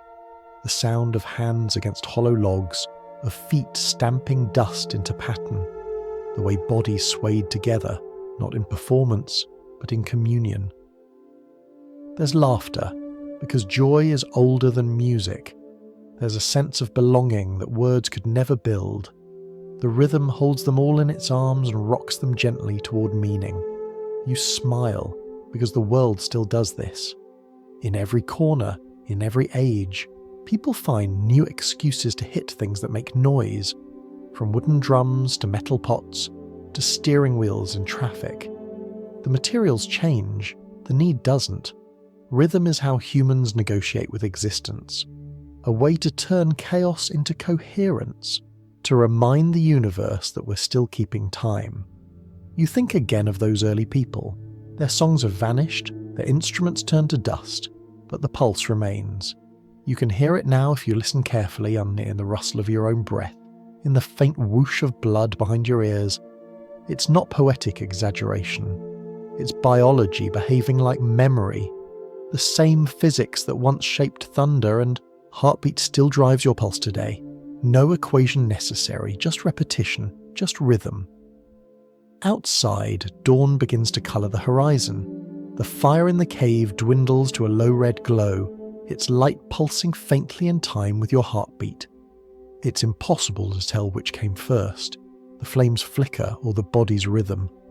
Maybe they're the same thing, two languages of survival whispering the same message. Keep moving, keep beating, keep existing. You stand, stretching your arms, and feel your muscles pull in quiet coordination. The body knows rhythm even when it forgets purpose. You tap your fingers once more on the cave wall, leaving faint prints in the soot. The sound echoes softly, blending with the last crackle of the fire. The echo fades, but the rhythm stays, carried forward in every living thing. As you walk out into the morning light, you hear birds begin to call, high, uneven notes that still manage to fall into sequence.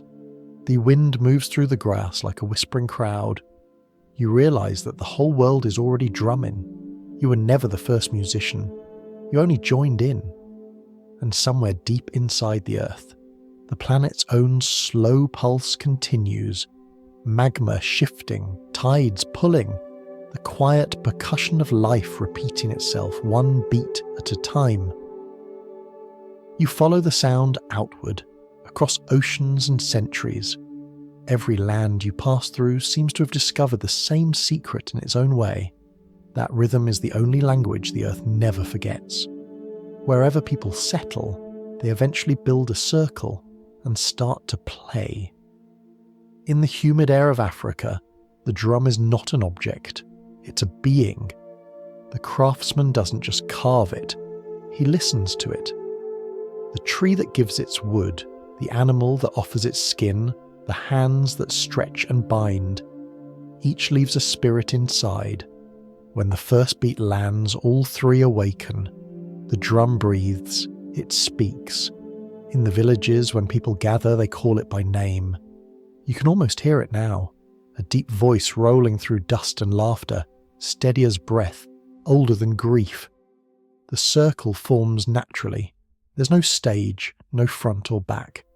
The players sit facing one another, and the rhythm moves around like conversation. Someone begins, one palm, one heartbeat. Another answers, then another. The sound grows but never argues.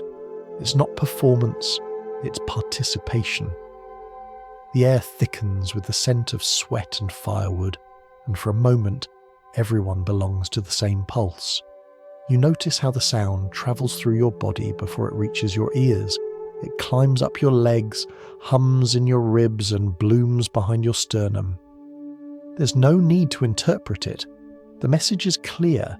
You're alive, and you're surrounded by others who are too. The drumbeat doesn't stay still. It travels north to the Arctic, where the cold air makes every sound sharp as glass.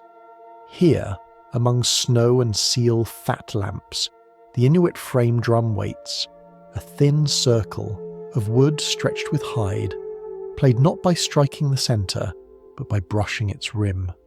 The sound is soft, like wind bending over snow, like breath held between worlds.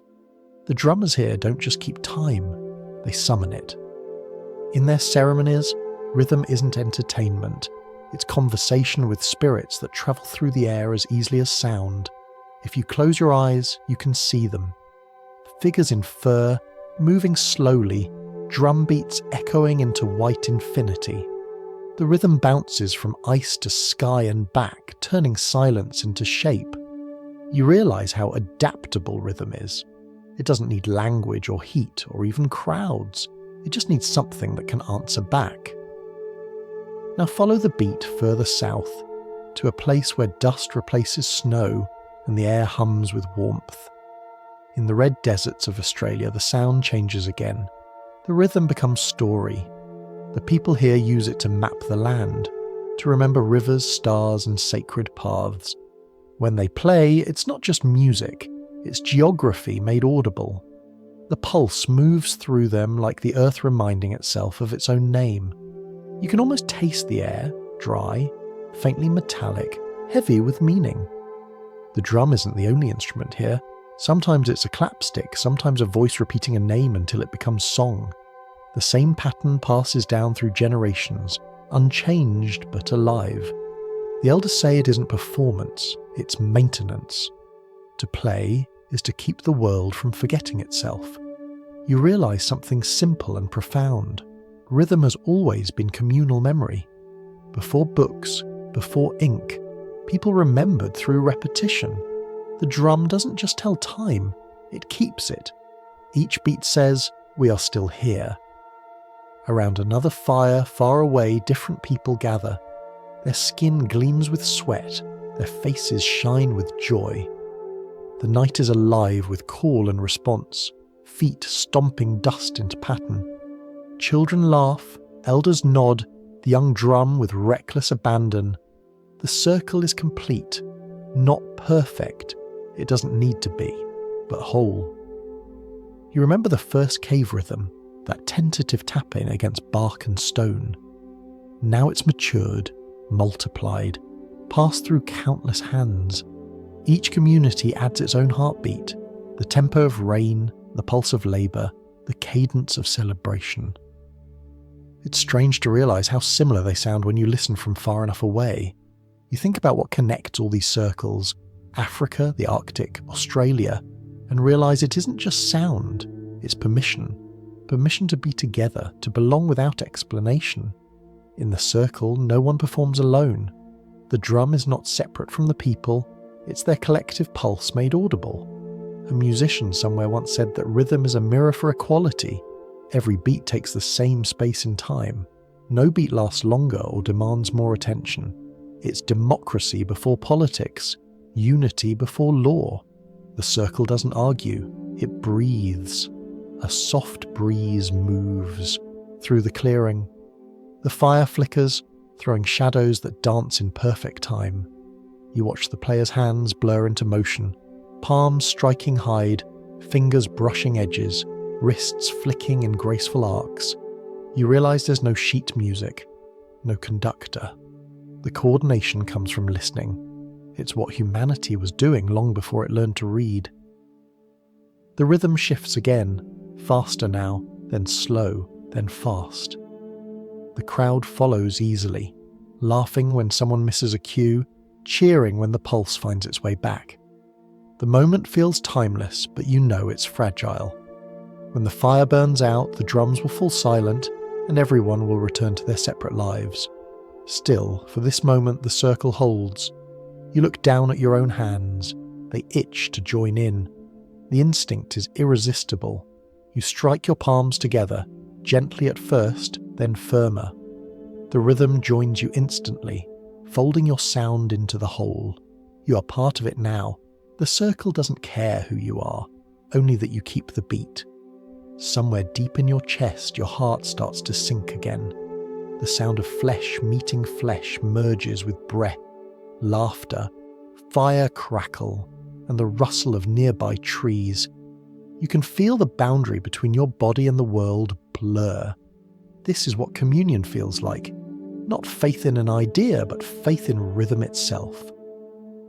Eventually the drumming slows.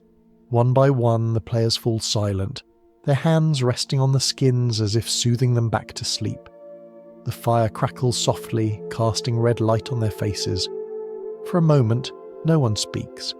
The silence that follows isn't empty. It's full of shared breath, of acknowledgement, of something sacred that doesn't need a name. You realise that long before people built temples, they built this, a circle of sound, of humanity listening to itself. Every religion, every story, every song that came after is an echo of this moment, the oldest truth wrapped in the simplest shape. And when you finally stand and walk away, the rhythm follows. You hear it in your footsteps, in the wind, in the quiet hum of your own body. The circle doesn't end, it just widens. Somewhere else, in another time, someone else will begin again. The circle always begins in harmony. Hands move together, breath aligns, sound turns into belonging. But over time, someone always realizes that rhythm can do more than unite. It can control. The same pulse that gathers people can also march them. A drum that once kept time for dance can keep time for discipline. You hear it first on a foggy morning somewhere in ancient China, the beat of command drums rolling across the hills like weather. Not a song, not quite. Just a sound meant to shape movement. Each beat tells soldiers when to advance, when to stop, when to breathe. A single drum, and thousands of men move like one body. The air trembles under the weight of obedience. From a distance, the rhythm sounds like thunder. But thunder doesn't listen to orders. This does. The generals don't have radios, or even flags you can see through the mist. They have rhythm, and rhythm doesn't need translation. A low pulse to gather, a rapid series to charge, one long tone to hold the line. The commands are written in vibration, not words. You can almost feel it in your chest. The echo of wood against skin, the repetition that turns chaos into formation. It's efficient, terrifying, and weirdly beautiful. Somewhere, a soldier feels pride that his heartbeat matches the nation's drum. Somewhere else, a poet wonders what happens when the music stops. The scene changes, and the drum follows history west. Now you're standing on the plains of Anatolia, where the Ottoman Mater bands begin their march. Giant kettle drums boom like rolling earth, and brass horns slice through the sound.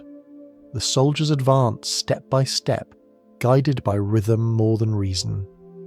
Each note is a declaration that order exists, that someone is in charge, that the universe for now is predictable. The irony, of course, is that chaos loves rhythm too. War has its own strange music. The clash of metal, the whine of arrows, the breath between explosions. Even destruction keeps time. You can almost laugh. Even conquest needs choreography. The generals pretend to command, but really they're just keeping up with the beat. The meta drums grow louder, faster, filling the air with thunder stitched into pattern. The soldiers shout the same phrase between beats, a mix of faith and fury. The sound shakes the ground and rattles the ribs. It's not bravery they feel, it's synchronization. Fear becomes less frightening when it moves in unison. Then, centuries later, you hear the rhythm again. But this time, it comes from the shadows, not the front lines. Across the ocean, on plantations under burning suns, enslaved people find a way to reclaim rhythm. The masters try to forbid the drum, afraid of what it carries. They understand correctly that rhythm can organize, can signal, can speak without permission. But rhythm is stubborn. It hides in clapping hands, in foot stomps, in humming. When you listen closely, the sound changes meaning. The same tempo that once marched armies now carries messages of escape. Beats mapped to footsteps through dark forests, codes disguised as dance. The overseers think it's celebration. It's actually direction. You realize that rhythm has never belonged to power alone. It shifts allegiance whenever it wants. You picture a field at dusk, the air thick with humidity and quiet rebellion. Workers hum softly, the sound threading between rows of crops. Each slap of palm against thigh is a syllable, each breath a word. Together they build a message that only they can hear. We are still here. You think back to the sacred circles. Rhythm as survival, rhythm as faith. Here, it's both again, wrapped in defiance. Somewhere in the city, years later, that rhythm grows louder. It becomes gospel, jazz, blues. The drum kit replaces the plantation field, but the heartbeat underneath stays the same. Every snare hit carries memory. Every bass note holds an echo of resistance disguised as joy. You realize that rhythm, once turned into power, always finds its way back to freedom. Still, not all drums are kind. In crowded streets, marching boots keep their own tempo. In factories, machines pick up the beat, repeating it until it feels mechanical. Somewhere, an assembly line hums with a rhythm too perfect to feel human. You listen closely and realize that control still sounds suspiciously like music. Steady, efficient, endless. You wonder if the first drummer, the one by the fire, would recognize any of this. Would they see their heartbeat turned into weapon and anthem? Would they understand how rhythm could both liberate and command? Maybe they'd only smile, because they'd always known. Rhythm is neutral. It does what the hands decide. A gust of wind stirs the dust at your feet. You close your eyes and hear them all at once. The war drums, the marching songs, the coded claps, the whispered hymns. They overlap into something vast and strangely harmonious. Power and resistance, locked in a duet that's lasted for centuries. It occurs to you that rhythm is the most democratic tyrant. It treats everyone equally, but insists you follow its lead. The beat is fair, but it's absolute. Miss it, and you fall out of step. Keep it, and you belong, whether you want to or not. You open your eyes again and see the battlefield fade into a concert hall. The same logic persists. A conductor raises a baton.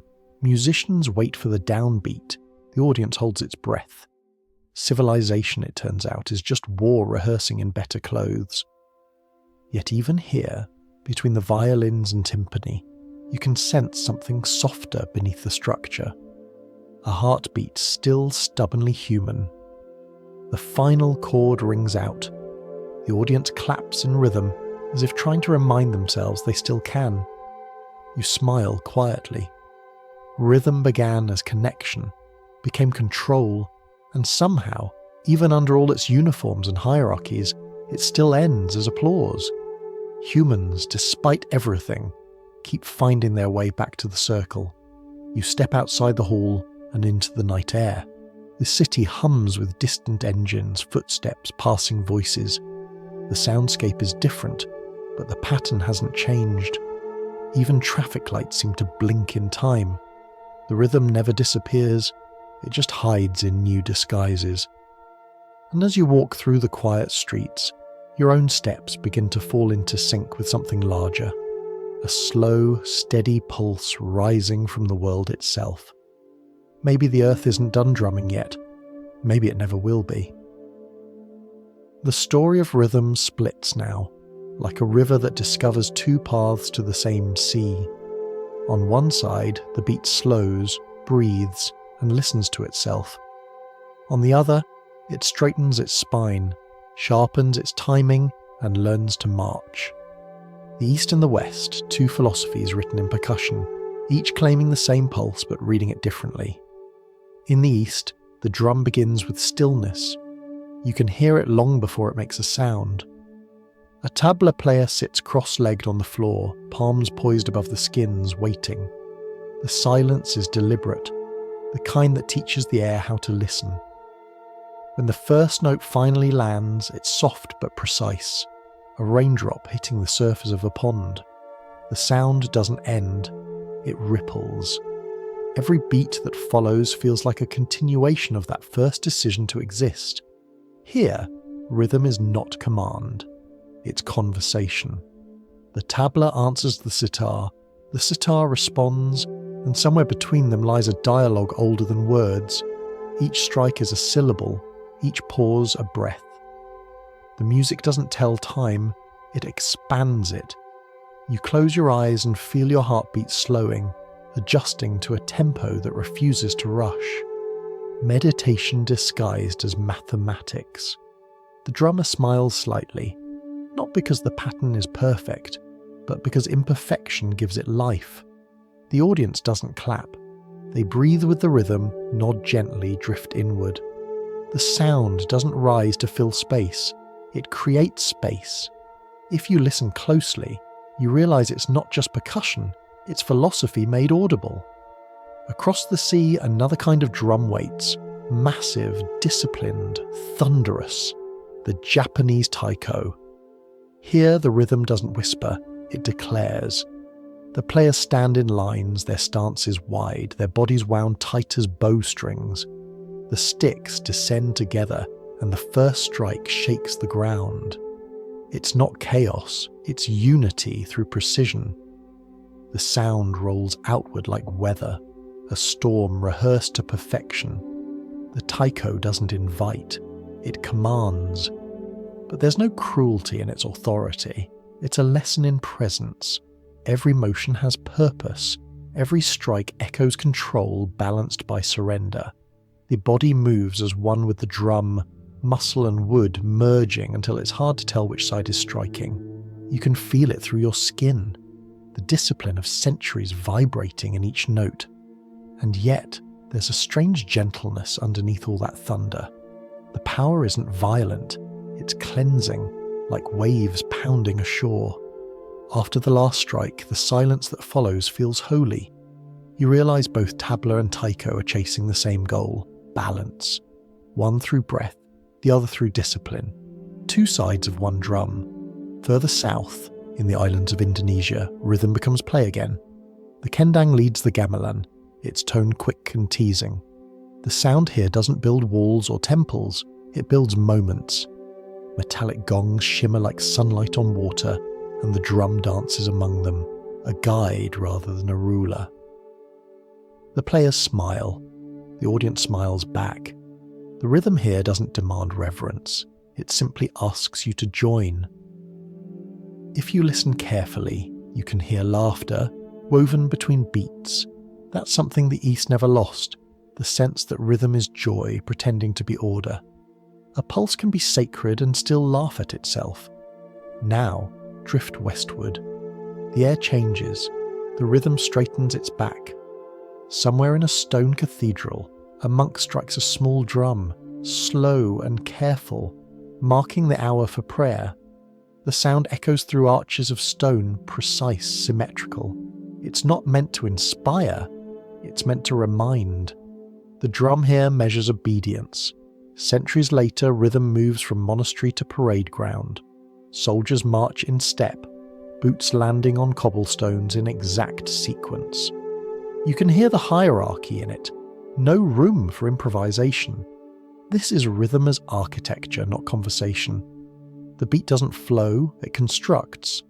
When Western orchestras arrive, they inherit the same logic but dress it in elegance. The conductor raises his baton like a general raising a flag. Strings, brass, percussion, all fall into perfect sequence. The snare snaps like a rule being followed. The timpani booms like a decree. It's magnificent, but it's still control, discipline disguised as harmony. And yet, even here, rhythm can't help rebelling. You hear it in the jazz clubs later, the drummers pushing against the measure, sliding beats just before or after the count. Syncopation, they'll call it, but it's really liberation. You can feel the tension between structure and freedom, the same conversation happening everywhere, just translated into different accents. It's comforting in a way that the world never agreed on one definition of rhythm. In the East it breathes, in the West it builds. In one, it's a pulse shared with the divine. In the other, it's a tool for order and progress. Both are necessary. Even the heart alternates between tension and release. You imagine the planet itself as a vast drum. The Pacific carrying slow vibrations from temple bells, Europe echoing with orchestral marches, Africa still pulsing with open circles. The sounds overlap, not competing but complementing. The global rhythm hums beneath cities, oceans, mountains. A heartbeat measured in civilizations. Sometimes the two heartbeats meet. A jazz drummer borrows from the tabla. A taiko player learns to swing. A gospel choir finds kinship in Indian thala cycles. The fusion feels inevitable, as though the rhythms had been waiting for each other all along. Two sides of the same drum, remembering they were one instrument all this time. You take a slow breath, and it hits you. The entire human story is percussion. The sacred and the military, the meditative and the mechanical, the disciplined and the spontaneous, all beating toward the same horizon. You realize that every drum, no matter how different its tone, is trying to teach the same lesson. That silence isn't the opposite of rhythm, it's part of it. The tabla player pauses. The taiko drummer lifts his sticks but doesn't strike. The conductor holds his baton suspended in air. The audience leans forward, waiting. That held breath, right there, is the essence of rhythm. Not the sound, but the anticipation. The awareness of time stretching and returning, like waves remembering the shore. And in that quiet moment between beats, you feel something vast and calm settling inside you. You understand that rhythm doesn't belong to nations or names. It belongs to heartbeat and breath, to the simple act of existing in time. When the next strike finally comes, soft, firm, inevitable, it feels less like a performance and more like the universe tapping you on the shoulder to say, "Still here." You hear it before you see it, a faint clicking, a pulse too steady to be human.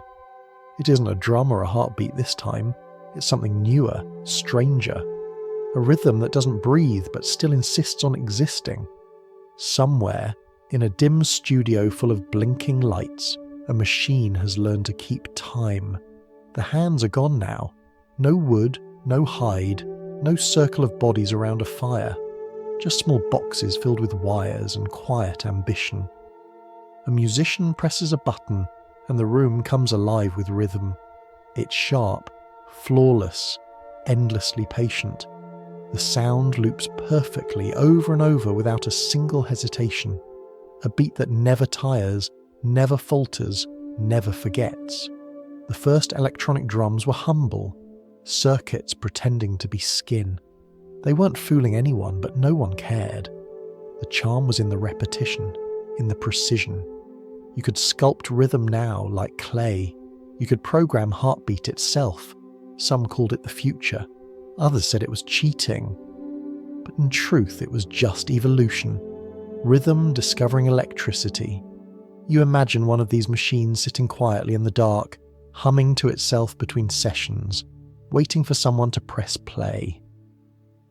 If it could dream, maybe it would dream in tempo. soft flashes of light marking invisible seconds, a box that dreams in rhythm. In the early days, the machines had names that sounded like serial numbers: 303, 707, 808. But what they really were, at least to the people who used them, was magic. The 808 in particular had a voice that didn't sound like drums at all.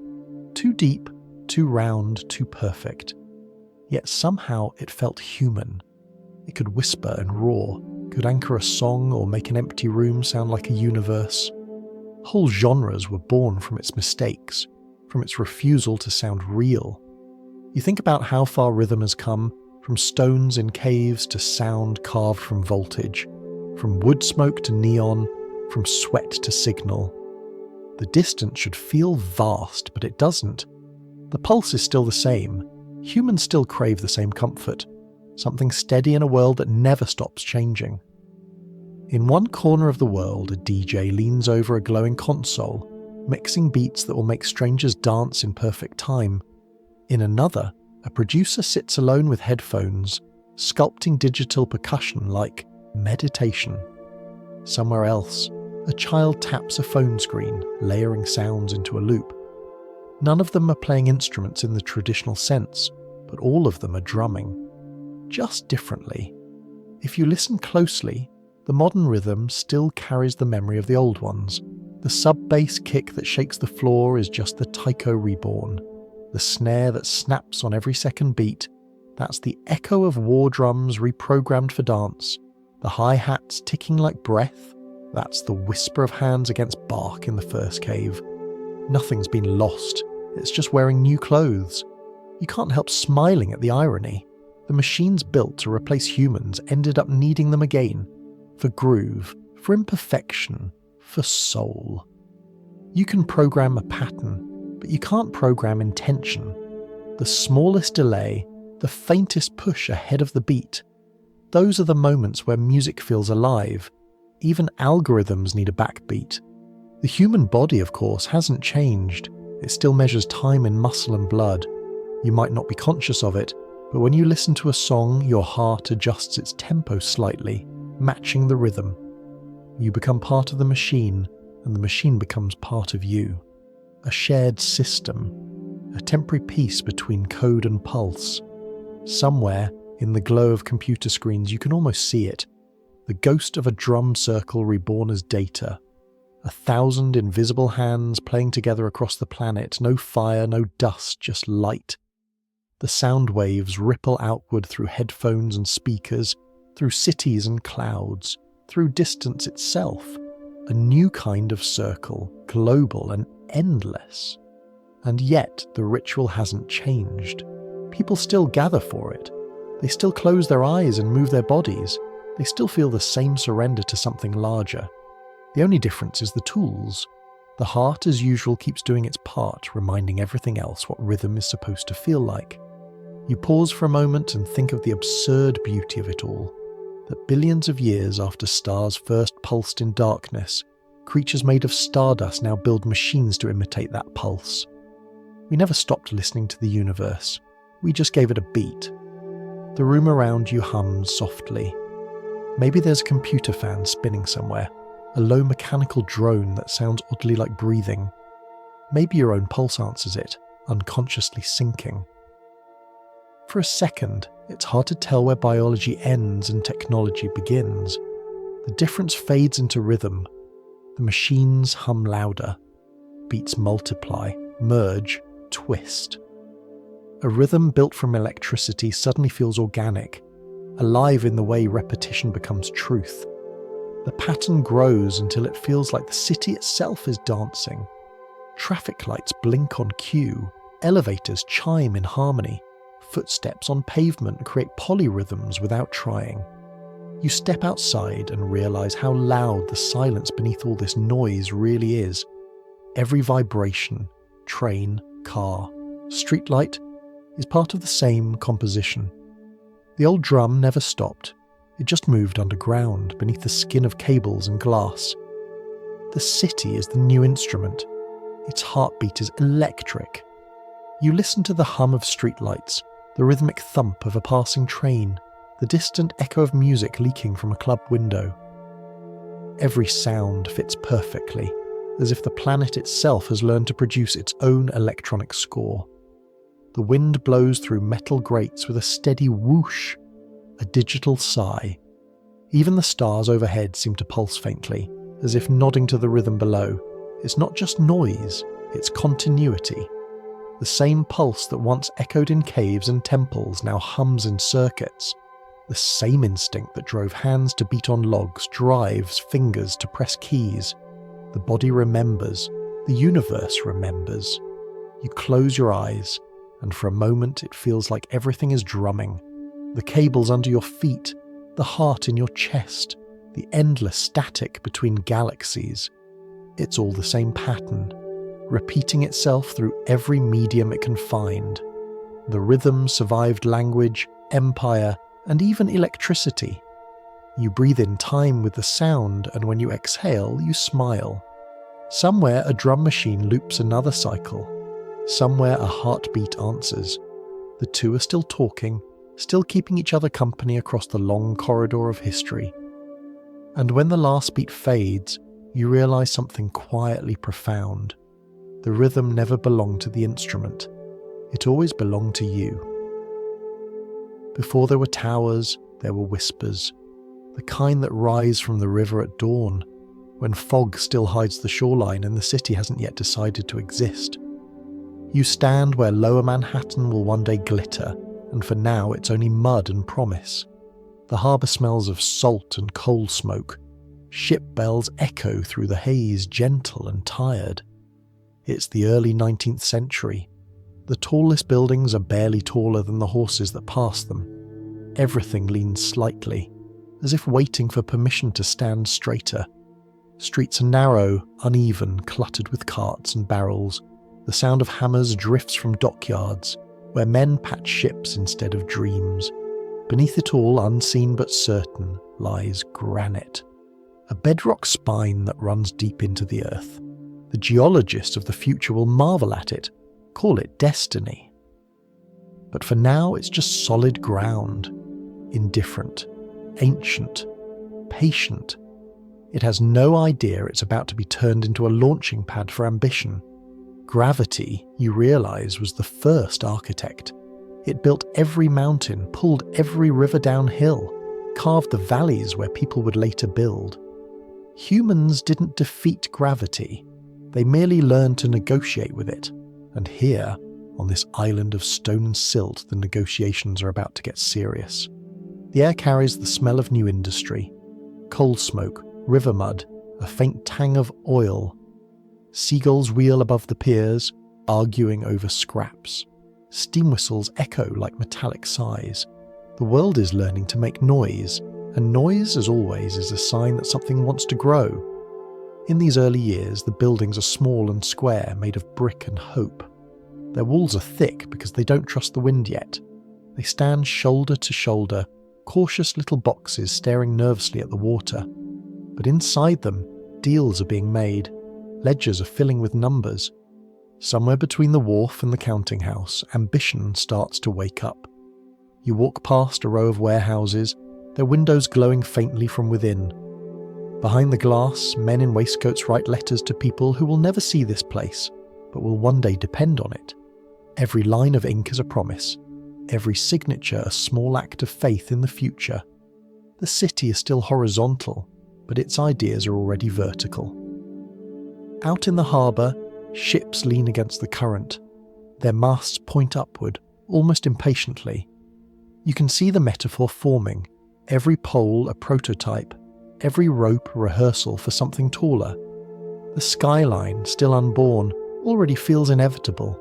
You pause by the river and look down. The water reflects the faint glow of gas lamps from the shore, trembling in the tide. The reflection is imperfect, broken by ripples, but that's what makes it beautiful. A preview of what's to come, light learning to dance with movement. The workers unloading cargo move in rhythm, their boots thudding softly against planks. Somewhere, a foreman shouts. Somewhere else, a piano plays faintly from an upstairs tavern. The sound floats across the fog, thin but determined. Even now, before the skyscrapers and the stock tickers, the city has a tempo. You can almost see the years passing. Cobblestones turning to asphalt, carriages replaced by trams, trams by engines. The ground keeps shaking, not from earthquakes, but from invention. The people here have started to measure success in noise. Silence feels suspicious now. You glance back toward the heart of the island, where hills rise gently before fading into woods. Few people venture there yet, but the granite beneath is strong, ancient, waiting. One day, it will hold more weight than it could ever imagine. Towers of steel, rivers of light, entire generations of dreams stacked floor by floor. For now, though, it sleeps. The old churches still ring their bells each morning. The sound feels small against the growing hum of the docks, but dignified, as if reminding progress to mind its manners. At night, the city glows faintly with oil lamps, little islands of light scattered across the darkness. From above, if anyone could look down, it would seem like the stars had landed for a rest. You walk further inland, past rows of boarding houses and small shops. A sign creaks in the wind. Children chase one another between barrels, their laughter echoing off walls built too close together. You wonder if they realise they're running through the future capital of the world. Probably not. They're just running toward warmth. There's humour in it all. This little settlement pretending to be important while the real empire sleeps beneath it, deep in the rock. Someone once said that America didn't build cities, it grew them like weeds.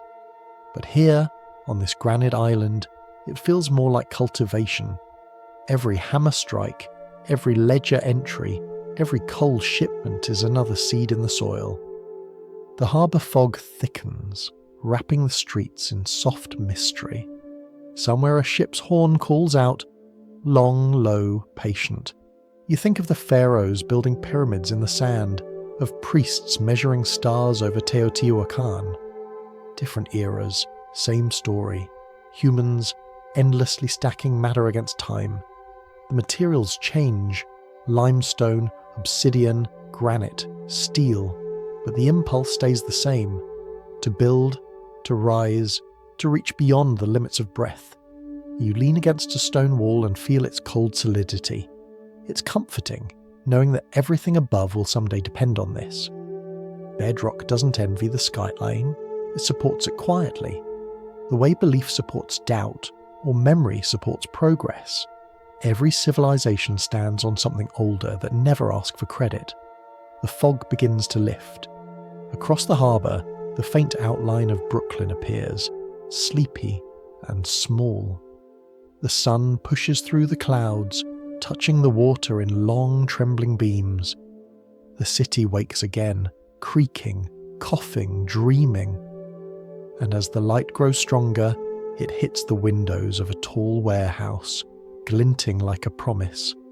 The reflection spills across the cobblestones and up the wall beside you. For a brief moment, the light climbs. It's the first vertical movement of the city's history. Sunlight rehearsing what humans will soon perfect. You smile quietly. Every tower begins as reflection before it learns to cast its own. The granite below holds steady, unbothered by destiny. It's been through worse, glaciers, floods, time. Now it waits for humanity's next experiment with height. In a few decades, the noise will grow sharper. Steel will clang, elevators will sigh, and ambition will finally stand upright. But for now, the city is a sleeper beneath its own skin, dreaming of light. You take one last breath of coal smoke and river air, heavy and full of beginnings. Somewhere behind you a bell rings again, slow and clear. It sounds less like a warning, more like a countdown. The ground hums faintly beneath your feet. You can't tell if it's the tide or the heartbeat of something that's about to rise. The city grows restless. Its streets are still narrow, its buildings still squat, but its imagination has already outgrown the horizon. Everywhere you walk, you feel that quiet tension between what is and what could be. It hums beneath your feet like a coiled spring. The 19th century arrives with soot on its breath and invention in its pockets. The factories, along the waterfront, wheeze like overworked lungs, feeding smoke into a sky that no one has yet learned to claim. The air smells of iron and rain, of promise baked into steam. The noise is constant. Metal clanging, horses clattering, bells tolling, people shouting into progress. It's not harmony, but it's close. At first, no one thinks of height. The buildings cling to tradition, brick stacked upon brick, afraid of ambition's vertigo. But then, two ideas appear. Quiet, unassuming, revolutionary. One will teach buildings to stand without fear. The other will teach people to rise without falling. Steel and the elevator. Before steel, weight was a tyrant. The higher you built, the more you had to carry below. Walls thickened like pride, eating their own interiors. It was as if gravity had written an unbreakable law. You may reach for the sky, but you must pay in stone. Then someone melted iron with purpose, folded it into beams that could bear their own faith. The city exhaled. The earth's leash loosened. Steel wasn't just a metal. It was a promise. Light enough to rise, strong enough to stay. With it, architects became magicians. They could draw on air instead of ground. They could stack space instead of stones. They could finally answer the old question whispered by pyramids and ziggurats. What happens if heaven says yes? And yet, even with steel's blessing, there remained a human problem: fear. People didn't want to live above the 6th floor. Climbing stairs was exhausting, and falling from such a height felt like tempting fate. Then came the day when Alicia Otis stood on a platform at the Crystal Palace exhibition, high above the crowd, and cut the rope holding it up. The audience gasped. The platform shuddered, dropped a few inches, then stopped. Otis smiled and announced calmly, "All safe, gentlemen." With that one sentence, he didn't just sell an invention, he rewrote humanity's relationship with gravity. The elevator replaced the prayer. Now anyone could ascend without divine permission.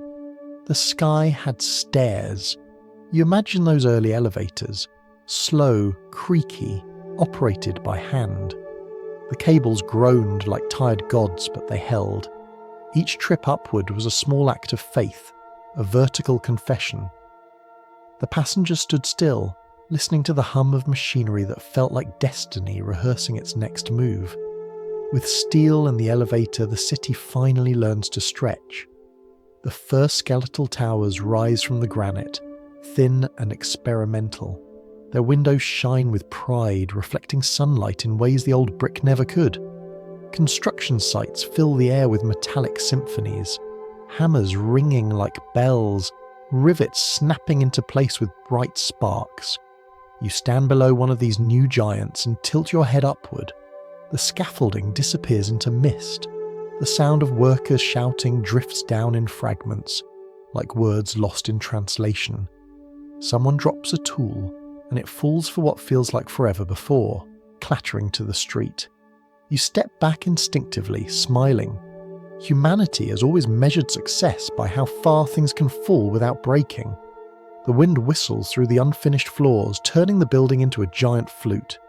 It's haunting, accidental music, the sound of air discovering architecture.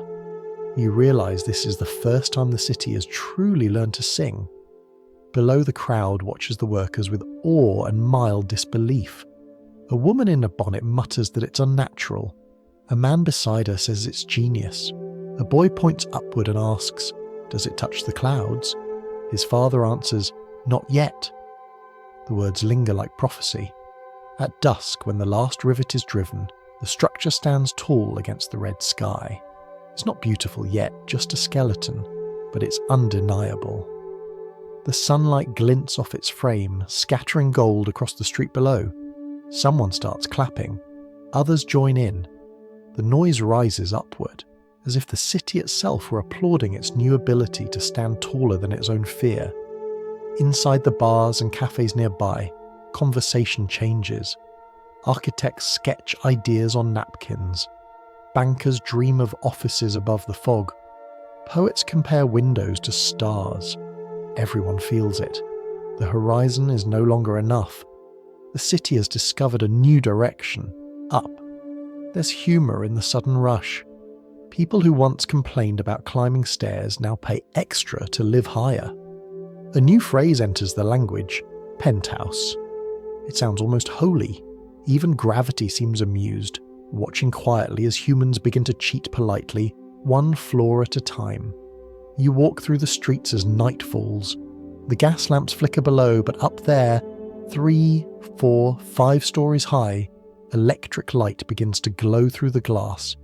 It's the colour of invention, white with a hint of disbelief. The skyline, once a flat line, now wavers like a heartbeat. Somewhere, an engineer leans out of a window and gazes at the harbour lights. He doesn't know it yet, but he's staring into the future's reflection. The ships still come and go, but the city has stopped looking outward. It's looking up.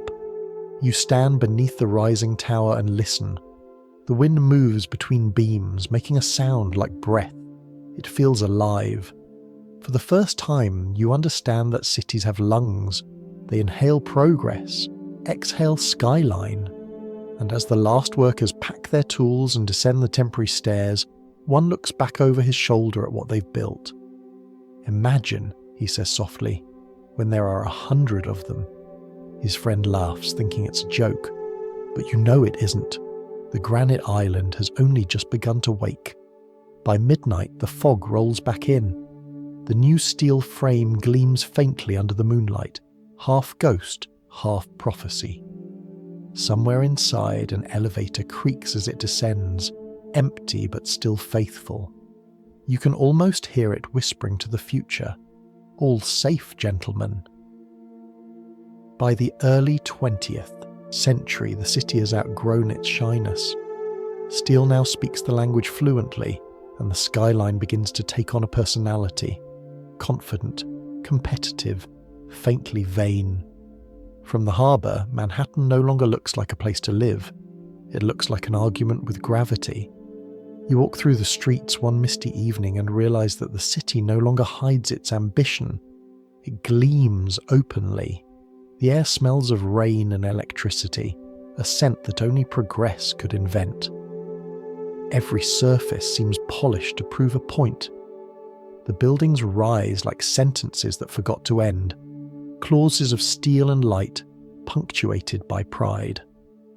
The Woolworth building appears first, shimmering with neo-Gothic filigree, a medieval church reborn as an office block. Its spire glows faintly against the twilight, as if the city borrowed divinity and filed it under utilities.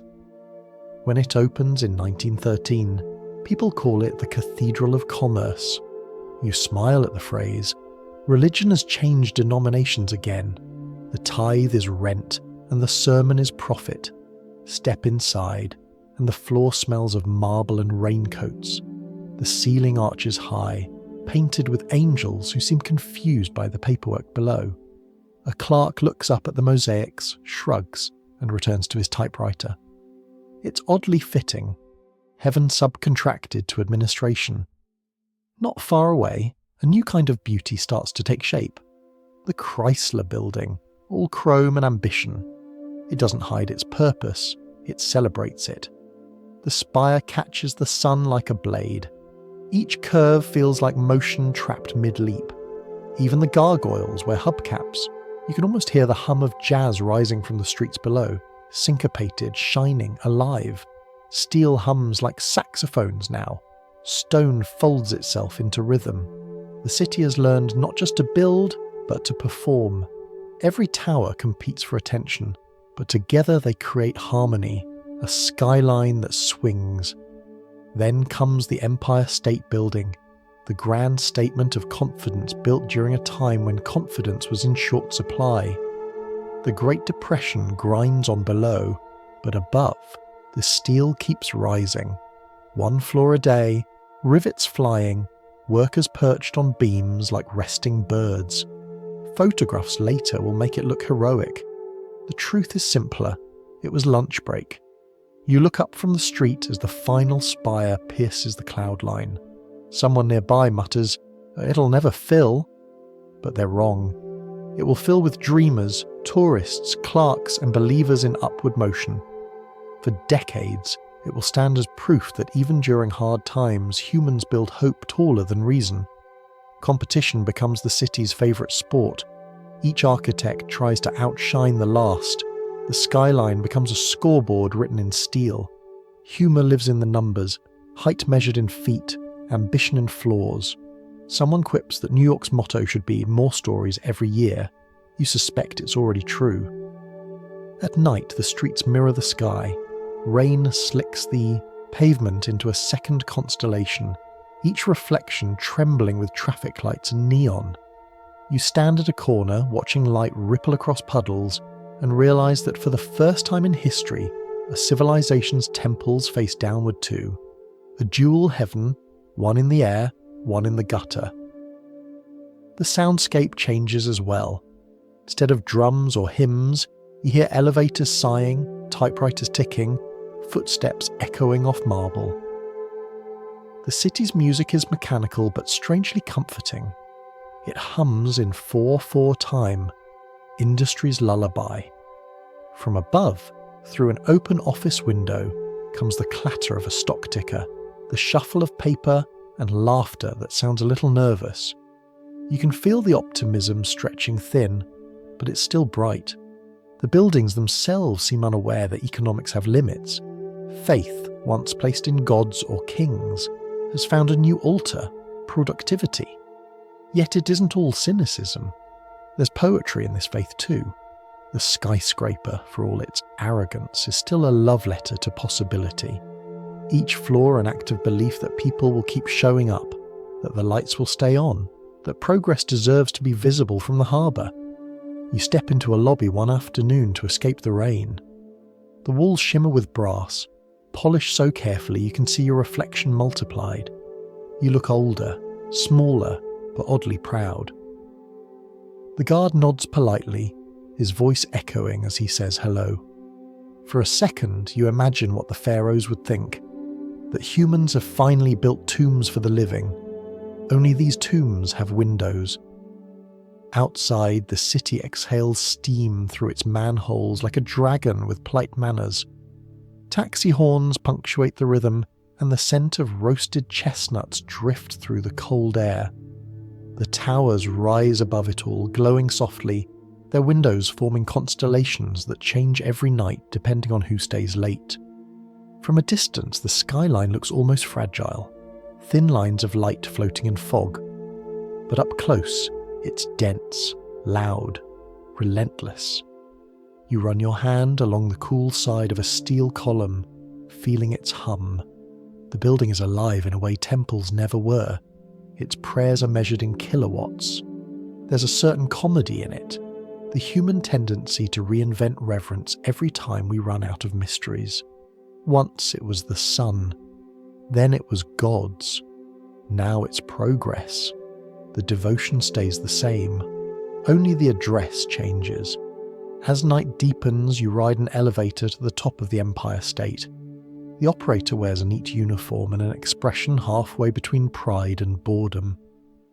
The car glides upward smoothly, no prayer required. The doors open to wind and silence.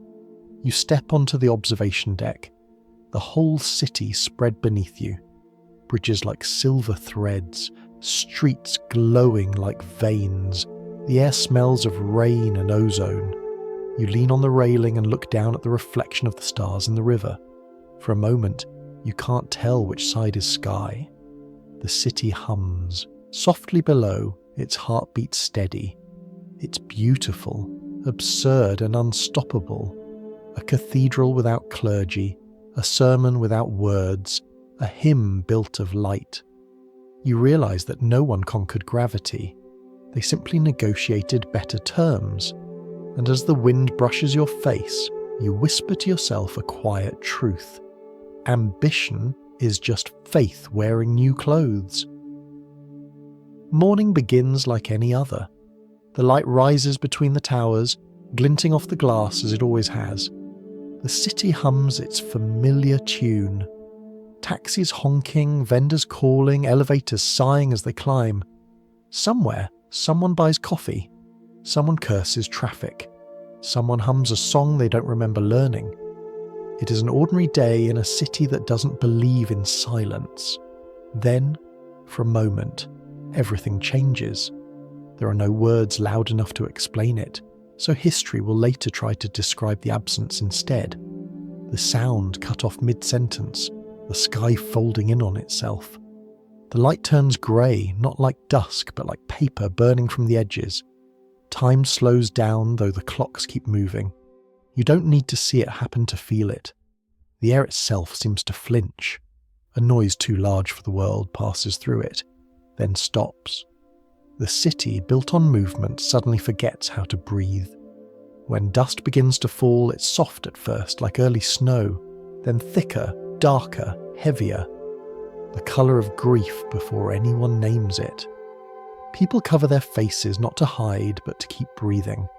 The air tastes of metal and memory. You look up and see a skyline missing a heartbeat, a space where height used to live.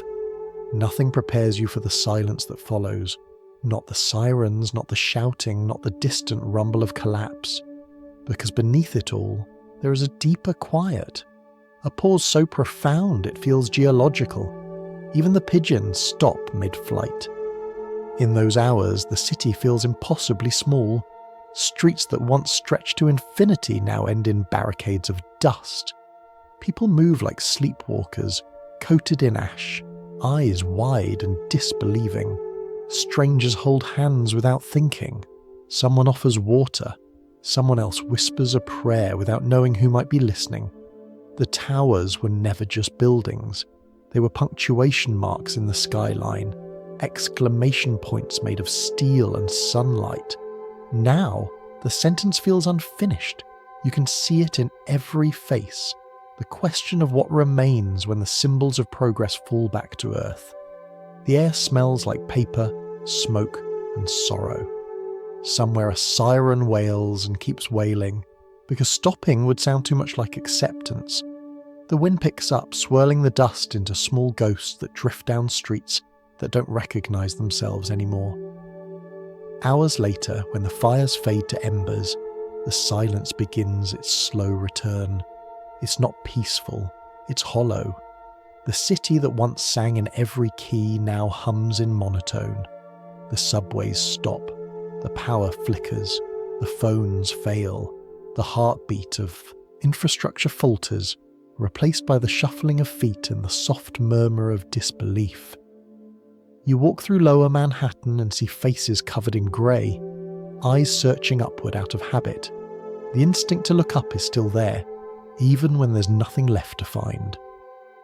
Someone murmurs, "It's gone," but no one answers. There's nothing to say. In the days that follow, the work begins, slow, painful, steady. Firefighters dig through ruins that still smoke like tired breath. Volunteers form human chains, passing buckets, debris, and silence between them. The air remains thick with ash, but the sound of shovels returns, rhythmic, defiant. Even in grief, rhythm survives. The newspapers try to print words like tragedy and heroism, but none of them feel large enough. The photographs do their best. Steel bent like ribbon, windows melted into silver waves, shoes left in the dust, but they only capture aftermath, not absence. You find yourself remembering the earlier sessions of history, the temples burning, the pyramids sinking, the cities falling quiet after centuries of noise. It's the same pattern, repeated softly. Order, rise, collapse, silence, rebuild. The cycle feels cruel and comforting all at once. On the third day, it rains. Not much, just enough to turn the ash into paste. The smell of wet concrete fills the air oddly clean. People lift their faces to the drizzle as though expecting absolution. It doesn't come, but the act of waiting feels sacred. At night, the lights downtown stay off. The skyline, once a hymn of electricity, now flickers faintly, hesitant. From across the river, you look back and see a gap, a dark hollow between the surviving towers. The absence glows louder than the lights. You think of all the civilizations that built toward heaven. Egypt's pyramids, Teotihuacan's serpents, the spires of cathedrals, the peaks of pagodas. Each believed their creation would touch the eternal. Each was reminded eventually that permanence is just a polite illusion. But still, humanity keeps stacking hope on top of fear, trying again, reaching higher. Maybe failure is part of the ritual. Weeks turn to months. The air clears, the dust settles, and the city begins to hum again. Not as loudly as before, not as confidently, but still. The subways restart. The ferries run. The office lights blink back to life one window at a time. The heartbeat returns, irregular but determined. Ground Zero becomes more than a place. It becomes a wound stitched with memory. Fences line the perimeter, covered in photos, candles, and handwriting that trembles with love. Some messages are prayers, others are arguments. All of them are human. You stand by the barricade one evening watching the last light fade from the sky. The air smells of flowers and diesel. Construction crane moves slowly, silhouetted against the orange haze. It looks less like machinery, more like a hand reaching upward again. You realise that this, too, is faith. Not in gods or nations, but in continuation itself. The skyline will heal, you know. Not perfectly, never the same, but enough.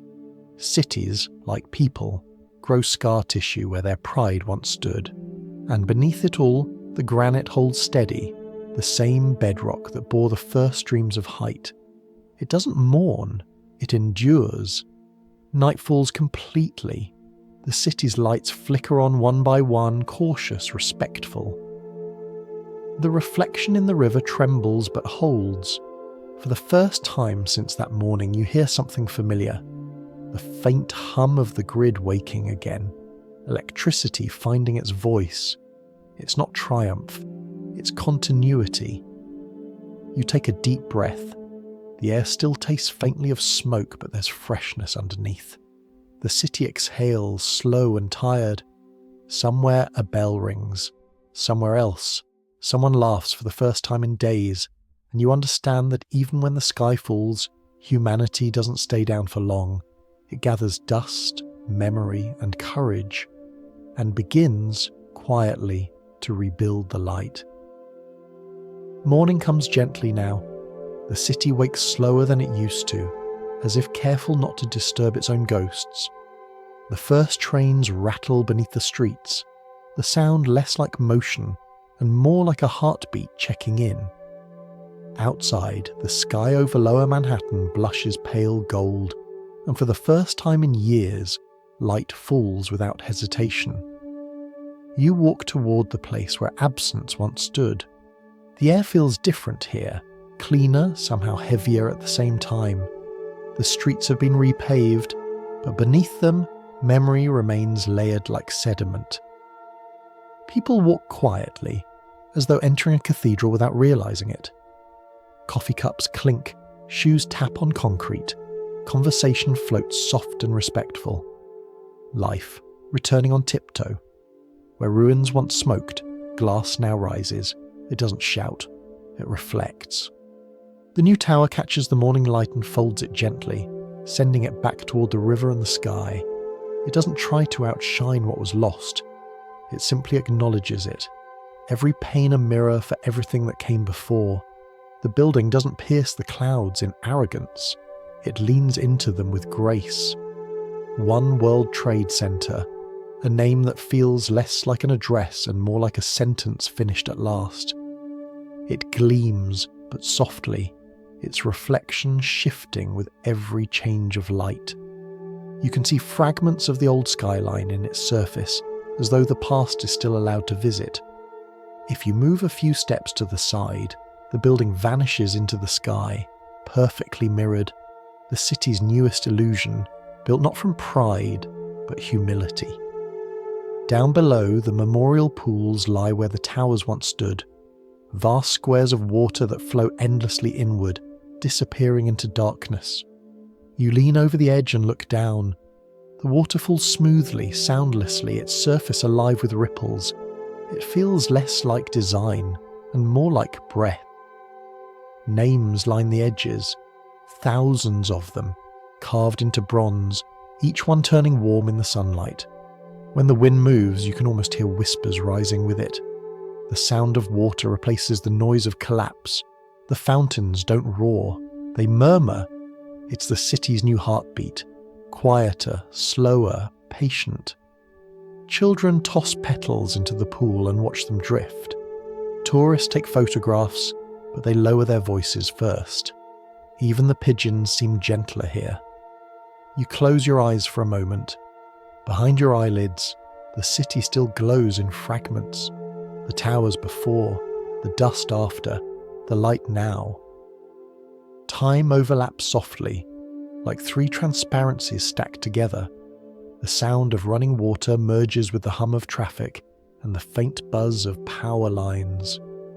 You realize you're hearing resilience itself, disguised as background noise. Further uptown, the skyline has changed, but not its spirit. Steel still climbs. Cranes swing lazily above rooftops, and workers still shout over the wind. But the rhythm feels different now, slower, wiser. No longer competition for height, but conversation with it. The new towers aren't fortresses, they're reflections. Their glass catches the clouds, turning the sky into decoration. In the late afternoon, sunlight scatters across the city in gold and silver streaks, bouncing from window to window. It feels like the light itself is rebuilding, one reflection at a time. You walk through the streets at dusk. The sound of the city has returned, not the roar of ambition, but the hum of persistence. You hear a violin echoing from a subway platform, footsteps on pavement, laughter drifting out of a cafe. The small, ordinary sounds of survival. Standing at the edge of the river, you look back. The skyline glows against the darkening sky. Not a line of dominance, but of endurance. The buildings shimmer, each one holding both history and hope inside its reflection. The new glass doesn't hide the past. It honours it, catching the evening sun like memory turned visible. There's humour in it too. The city, forever dramatic, has rebuilt itself with mirrors, as if to say, we can't forget, so we'll make sure we're always reminded. The result is something paradoxical. Fragility that looks like strength. Sorrow disguised as brilliance. You smile. New York has never been subtle. You pass a small bakery still opening its shutters, the smell of bread mixing with the metallic scent of rain on steel. A construction worker wipes his hands on his jeans, glances up at the shining tower, and nods once before heading inside. For him, it's not monument or metaphor, it's just work finished and done well. And maybe that's what remembrance looks like when it grows practical. The quiet satisfaction of having rebuilt the sky. Later, as night deepens, you find yourself near the memorial again. The pools glow softly, lit from beneath. The falling water turning silver under the lamps. The air hums with electricity and wind, but beneath it, all there's peace. The city no longer flinches when the wind howls between the towers. It listens. You tilt your head back and the reflection of the moon ripples on the glass above. For a moment, the entire skyline seems to breathe, light expanding and contracting, windows blinking in slow rhythm. You remember Egypt's temples, Teotihuacan's serpent stones, the drums of old ceremonies, the cities that burned and built again. Every age has its monument to endurance. This one just happens to sparkle. You exhale slowly, letting the night fill your lungs. The air is cool, tinged with salt from the harbour. Somewhere behind you, a ferry horn moans. Long, low, familiar. It sounds almost like the sigh of a world that's still learning how to begin again. The thought comes quietly, almost shy. Maybe cities don't rise from ambition at all, but from repetition, the endless human habit of starting over. The materials change, but the intent never does. Sand becomes stone, stone becomes steel, steel becomes glass, and through it all, humanity keeps reaching for light. Not perfection, not victory, just light. You watch the skyline shimmer against the water, a mirror for everything fragile yet unbroken. Somewhere above, an airplane traces a path across the stars. Its lights blink softly, rhythmic and calm. It looks small but steady, a reminder that even in the darkest sky, motion continues. And as the night settles fully, the city begins to hum again.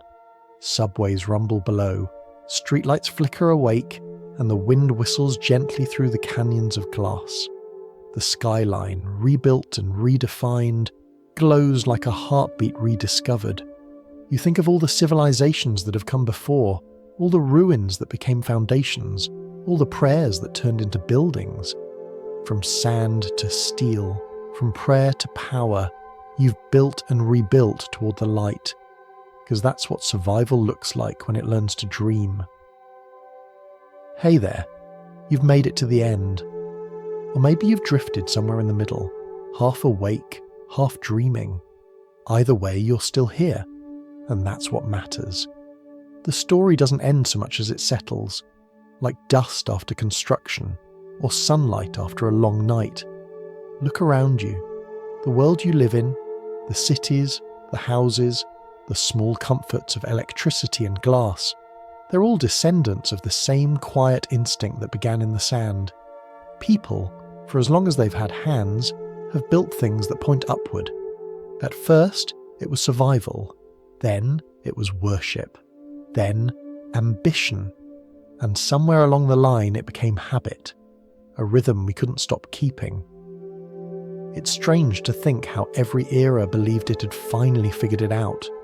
Egyptians stacking stones for eternity, priests carving serpents into temples, drummers summoning gods with nothing but sound and skin, engineers trading prayers for rivets, building towers of light instead of faith, every century just adding another verse to the same song, one about height, endurance, and the longing to matter. You realise, listening to it all now, that history isn't really a timeline. It's a pulse, a slow, irregular heartbeat that never quite stops, even when the surface goes still. The shape changes, the rhythm doesn't. Every temple and tower, every drum and skyscraper was just another way of translating that same pulse into form. The difference now is that we build with reflection. The newest monuments don't demand to be seen, they mirror what's around them. The city learns to shine without shouting. The light belongs to everyone. You think back to Egypt's first builders, carving tombs for kings who would never see daylight again.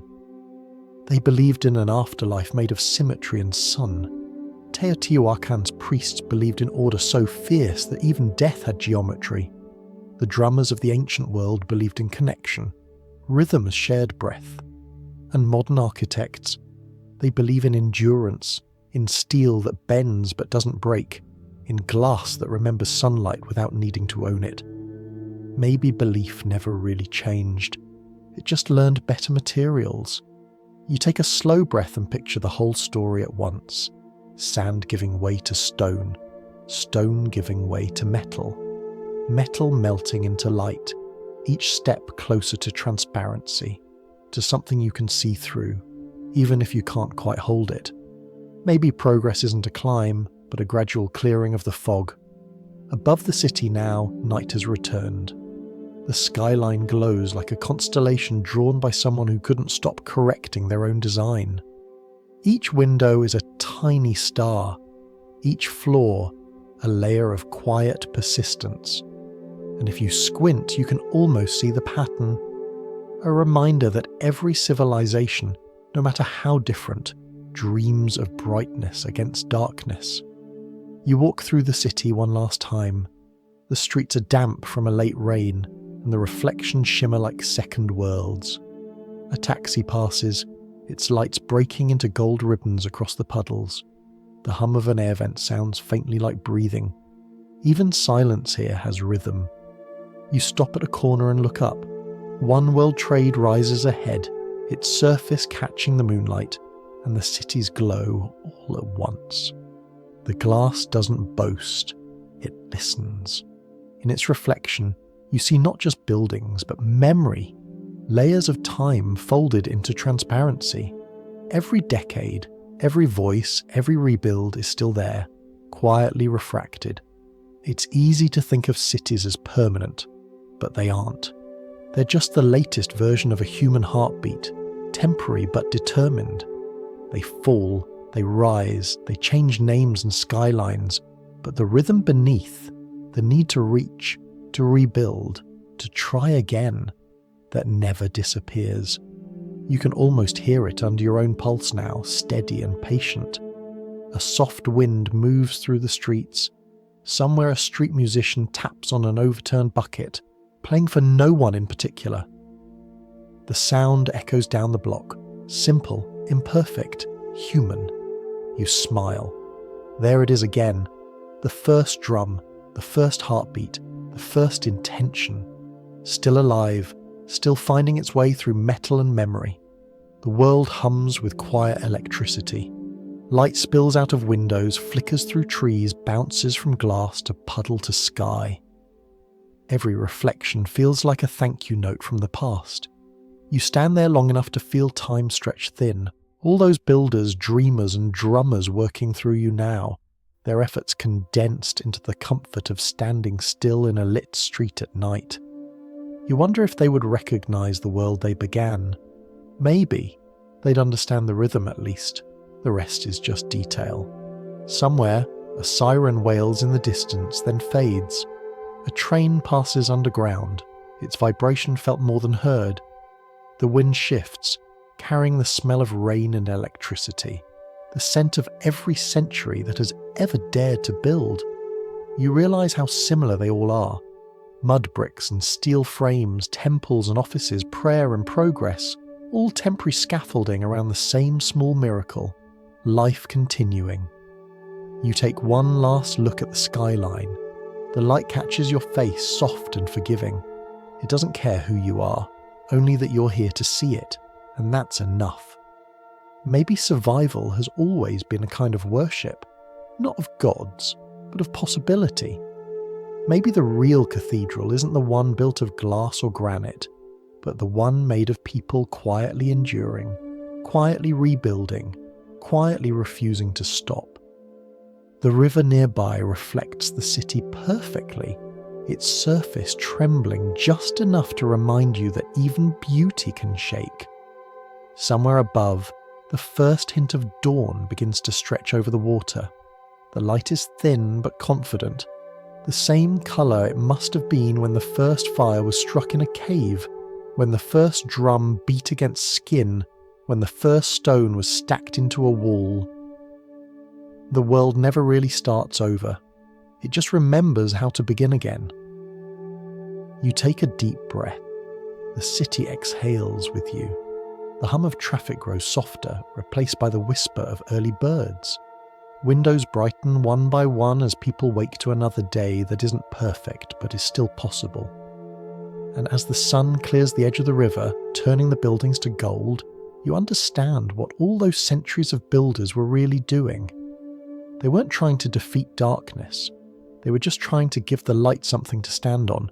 If you're still awake, congratulations. You've survived another age. If you're asleep, even better, you've joined it. Either way, the story continues, quietly, patiently, like a heartbeat under glass.